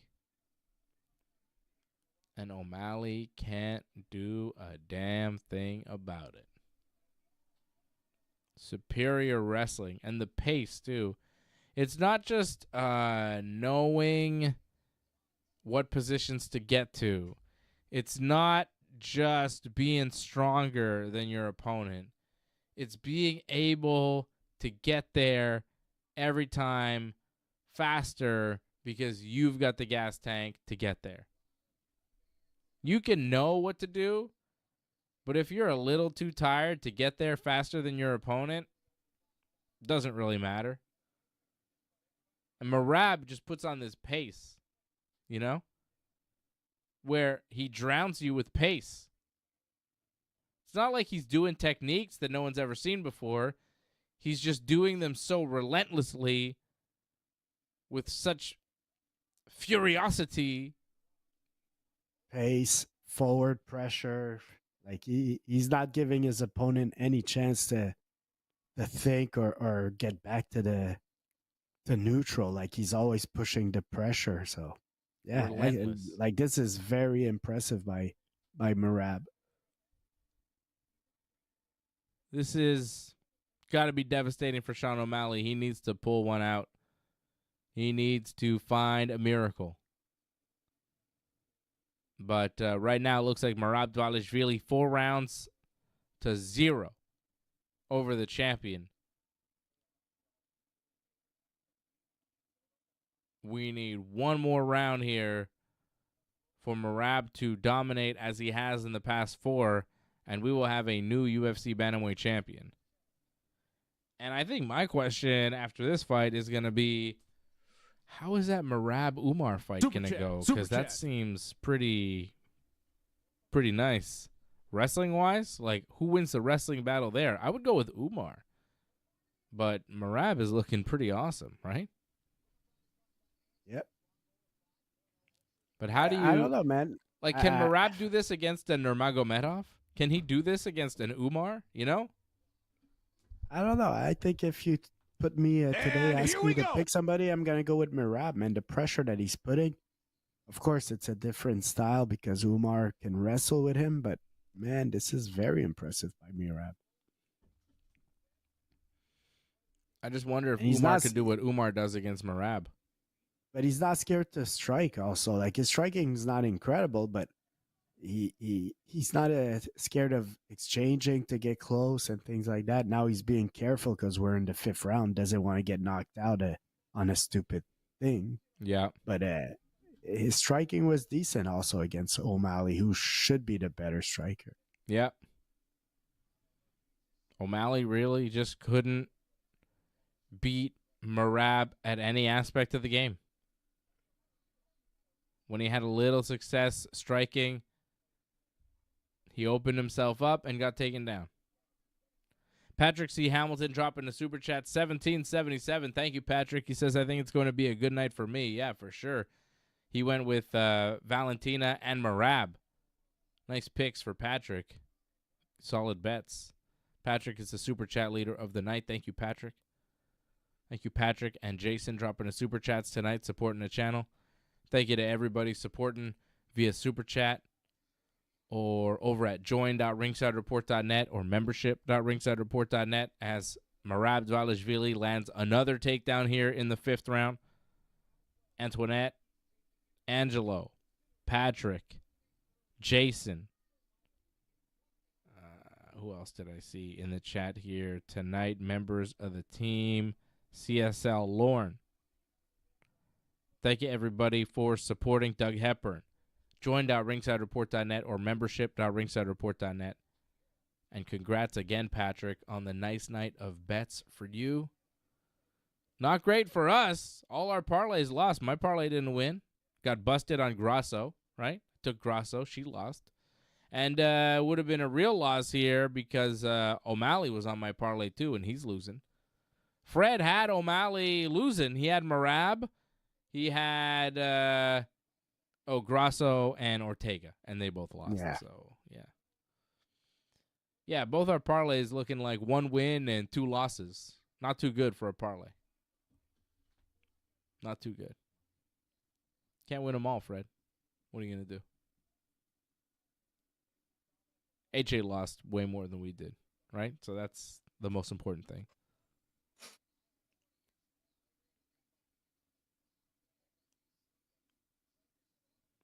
O'Malley, there's like a real lack of urgency here with 2 minutes to go and you're about to lose your title. I don't think he has it in him anymore. Like, he's tired. His punches are not very dangerous. Like, it would take a miracle right now, and he knows it.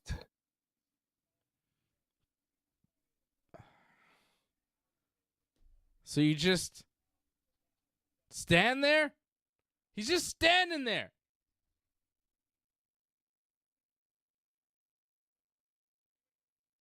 Oh, that was a little body kick there. Did it hurt Merab? Did that body kick hurt Merab? He kind of went like, O'Malley's trying to throw another spinning body kick. Didn't land. Come on, O'Malley. You got to go for it, man. Oh, again, Merab gets hit with a body kick and grabs his body, but I think he's fine. Merab goes for a takedown. And now O'Malley able to defend the takedown. But O'Malley with a knee to the body. O'Malley having a little bit of success here in this round. Some decent shots to the body, but he's going to lose this fight. He may win the 5th round. Merab is just running away from him. I mean, O'Malley should win the 5th round. And the 1st and the 3rd. 135 O'Malley. Okay, there you go. I'm kidding, of course. I think the first 4 rounds went to Merab, and I think this one's going to O'Malley. But too little, too late for Sean O'Malley. Oh, and there's Merab scoring a takedown just as the fight comes to an end, because why not? There it is. There it is. Doug Hepburn dropping a super chat says, thanks for doing this, boys. Did miss AJ, though. UFC is more fun with you. Thank you, guys. Thank you, Doug. Yeah, of course we missed AJ. It's always good to have AJ on the show. He'll be back for the next one. That's the fight. Should be a win for Merab Dvalishvili. We'll stay with you here, get you the official result, but I'm pretty sure that'll be a unanimous decision for Merab, the new UFC bantamweight champion. I'm scoring it 49-46, round 1, 2, 3, 4 for Merab Dvalishvili. Fred, scoring it the same? Yeah. What do you think, man? Pretty good performance from Merab. Thanks. I mean, yeah, Merab deserves the title. This dominant, man. He's that's one of the most dominant decisions we'll see in MMA to me. Like the first 4 rounds, it was clearly him, and he delivered, man. And you know, like a lot of people are hungry for finishes, and I understand that, but that to me was still like action for most of the rounds. Merab was pushing the pace, putting pressure, doing a little bit of damage slowly. So to me, that's an entertaining style, and I only got praise for Merab's performance tonight. I think he fought great. Great performance from Merab. That's how you win championship fights. Clearly dominant over a very tough, very game Sean O'Malley. Merab completely outclassed him. Every step of the way. Every step of the way. Patrick C. Hamilton, been a member for 45 months. He says, I bet $10 on this one, so $1,952 for me. He meant to say $19.52. He didn't put the dot, the decimal there. I thought he had won almost $2,000 on a $10 bet, but that's not what happened. He won like $20 on a $10 bet.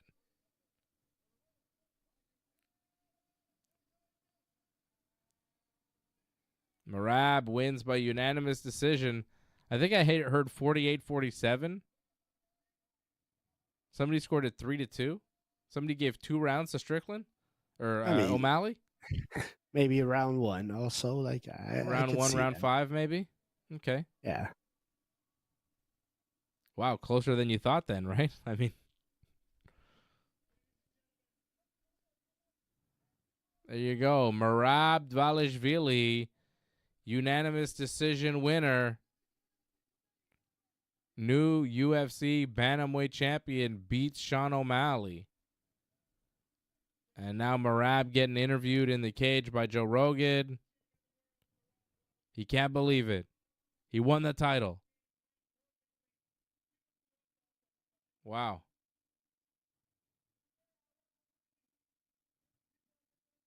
That is not a fight that gets you an immediate rematch for Sean O'Malley, right? No, definitely not. No chance. He's going to have to win a couple to come back. Especially like, who was it earlier? We were saying, we were talking about, oh yeah, like Volkanovski, if Holloway wins, you know, Volkanovski has wins over Holloway, so he could get a title right away. But in this case, O'Malley, he has wins over Sterling. Sterling's a partner of Merab. He won't be fighting Merab, and he has wins over Vera. So like Vera's not gonna be champion. So no, like to get back in the title picture, he's gonna have to win at least one fight before getting back in the title picture. Exactly. And right now, Umar is the title picture, I think, for Merab. I think the division just kind of moves on without O'Malley, and O'Malley's going to have to work his way back in. And if you had to bet whether O'Malley would become bantamweight champion again in the UFC, what would you bet? No. I would say no as well. He got Did the UFC just lose a pay-per-view star? Maybe. We'll see, man. But he got favorable matchups, I think, on his run to there. And also remember that, like you said, that decision win over Peter Yan. That was a little controversial. There's a couple of moments on that run for O'Malley that make you go, I think maybe he won't get back there. But he had like this run, and he was becoming a big star pay-per-view wise for the UFC, and now he loses, and Merab is the new champion. I don't think Merab translates to being a massive star for the UFC pay-per-view wise. No, but UFC will live with that. Look, O'Malley might get some favorable matchups to get back into the title picture. I'm not saying he's not going to get a rematch at some point, but yeah, of course, Merab's not as big of a star, so they'll still try to promote O'Malley as a potential contender.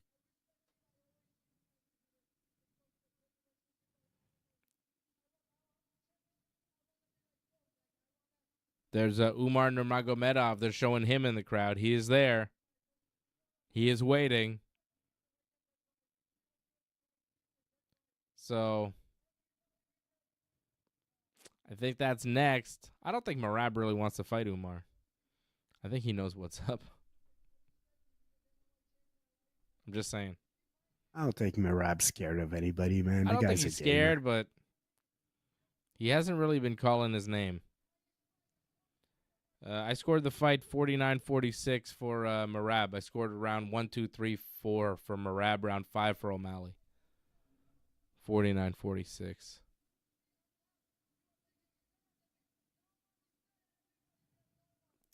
So, all right. Well, that was a very impressive performance from Merab Dvalishvili. Very impressive performance from Valentina Shevchenko.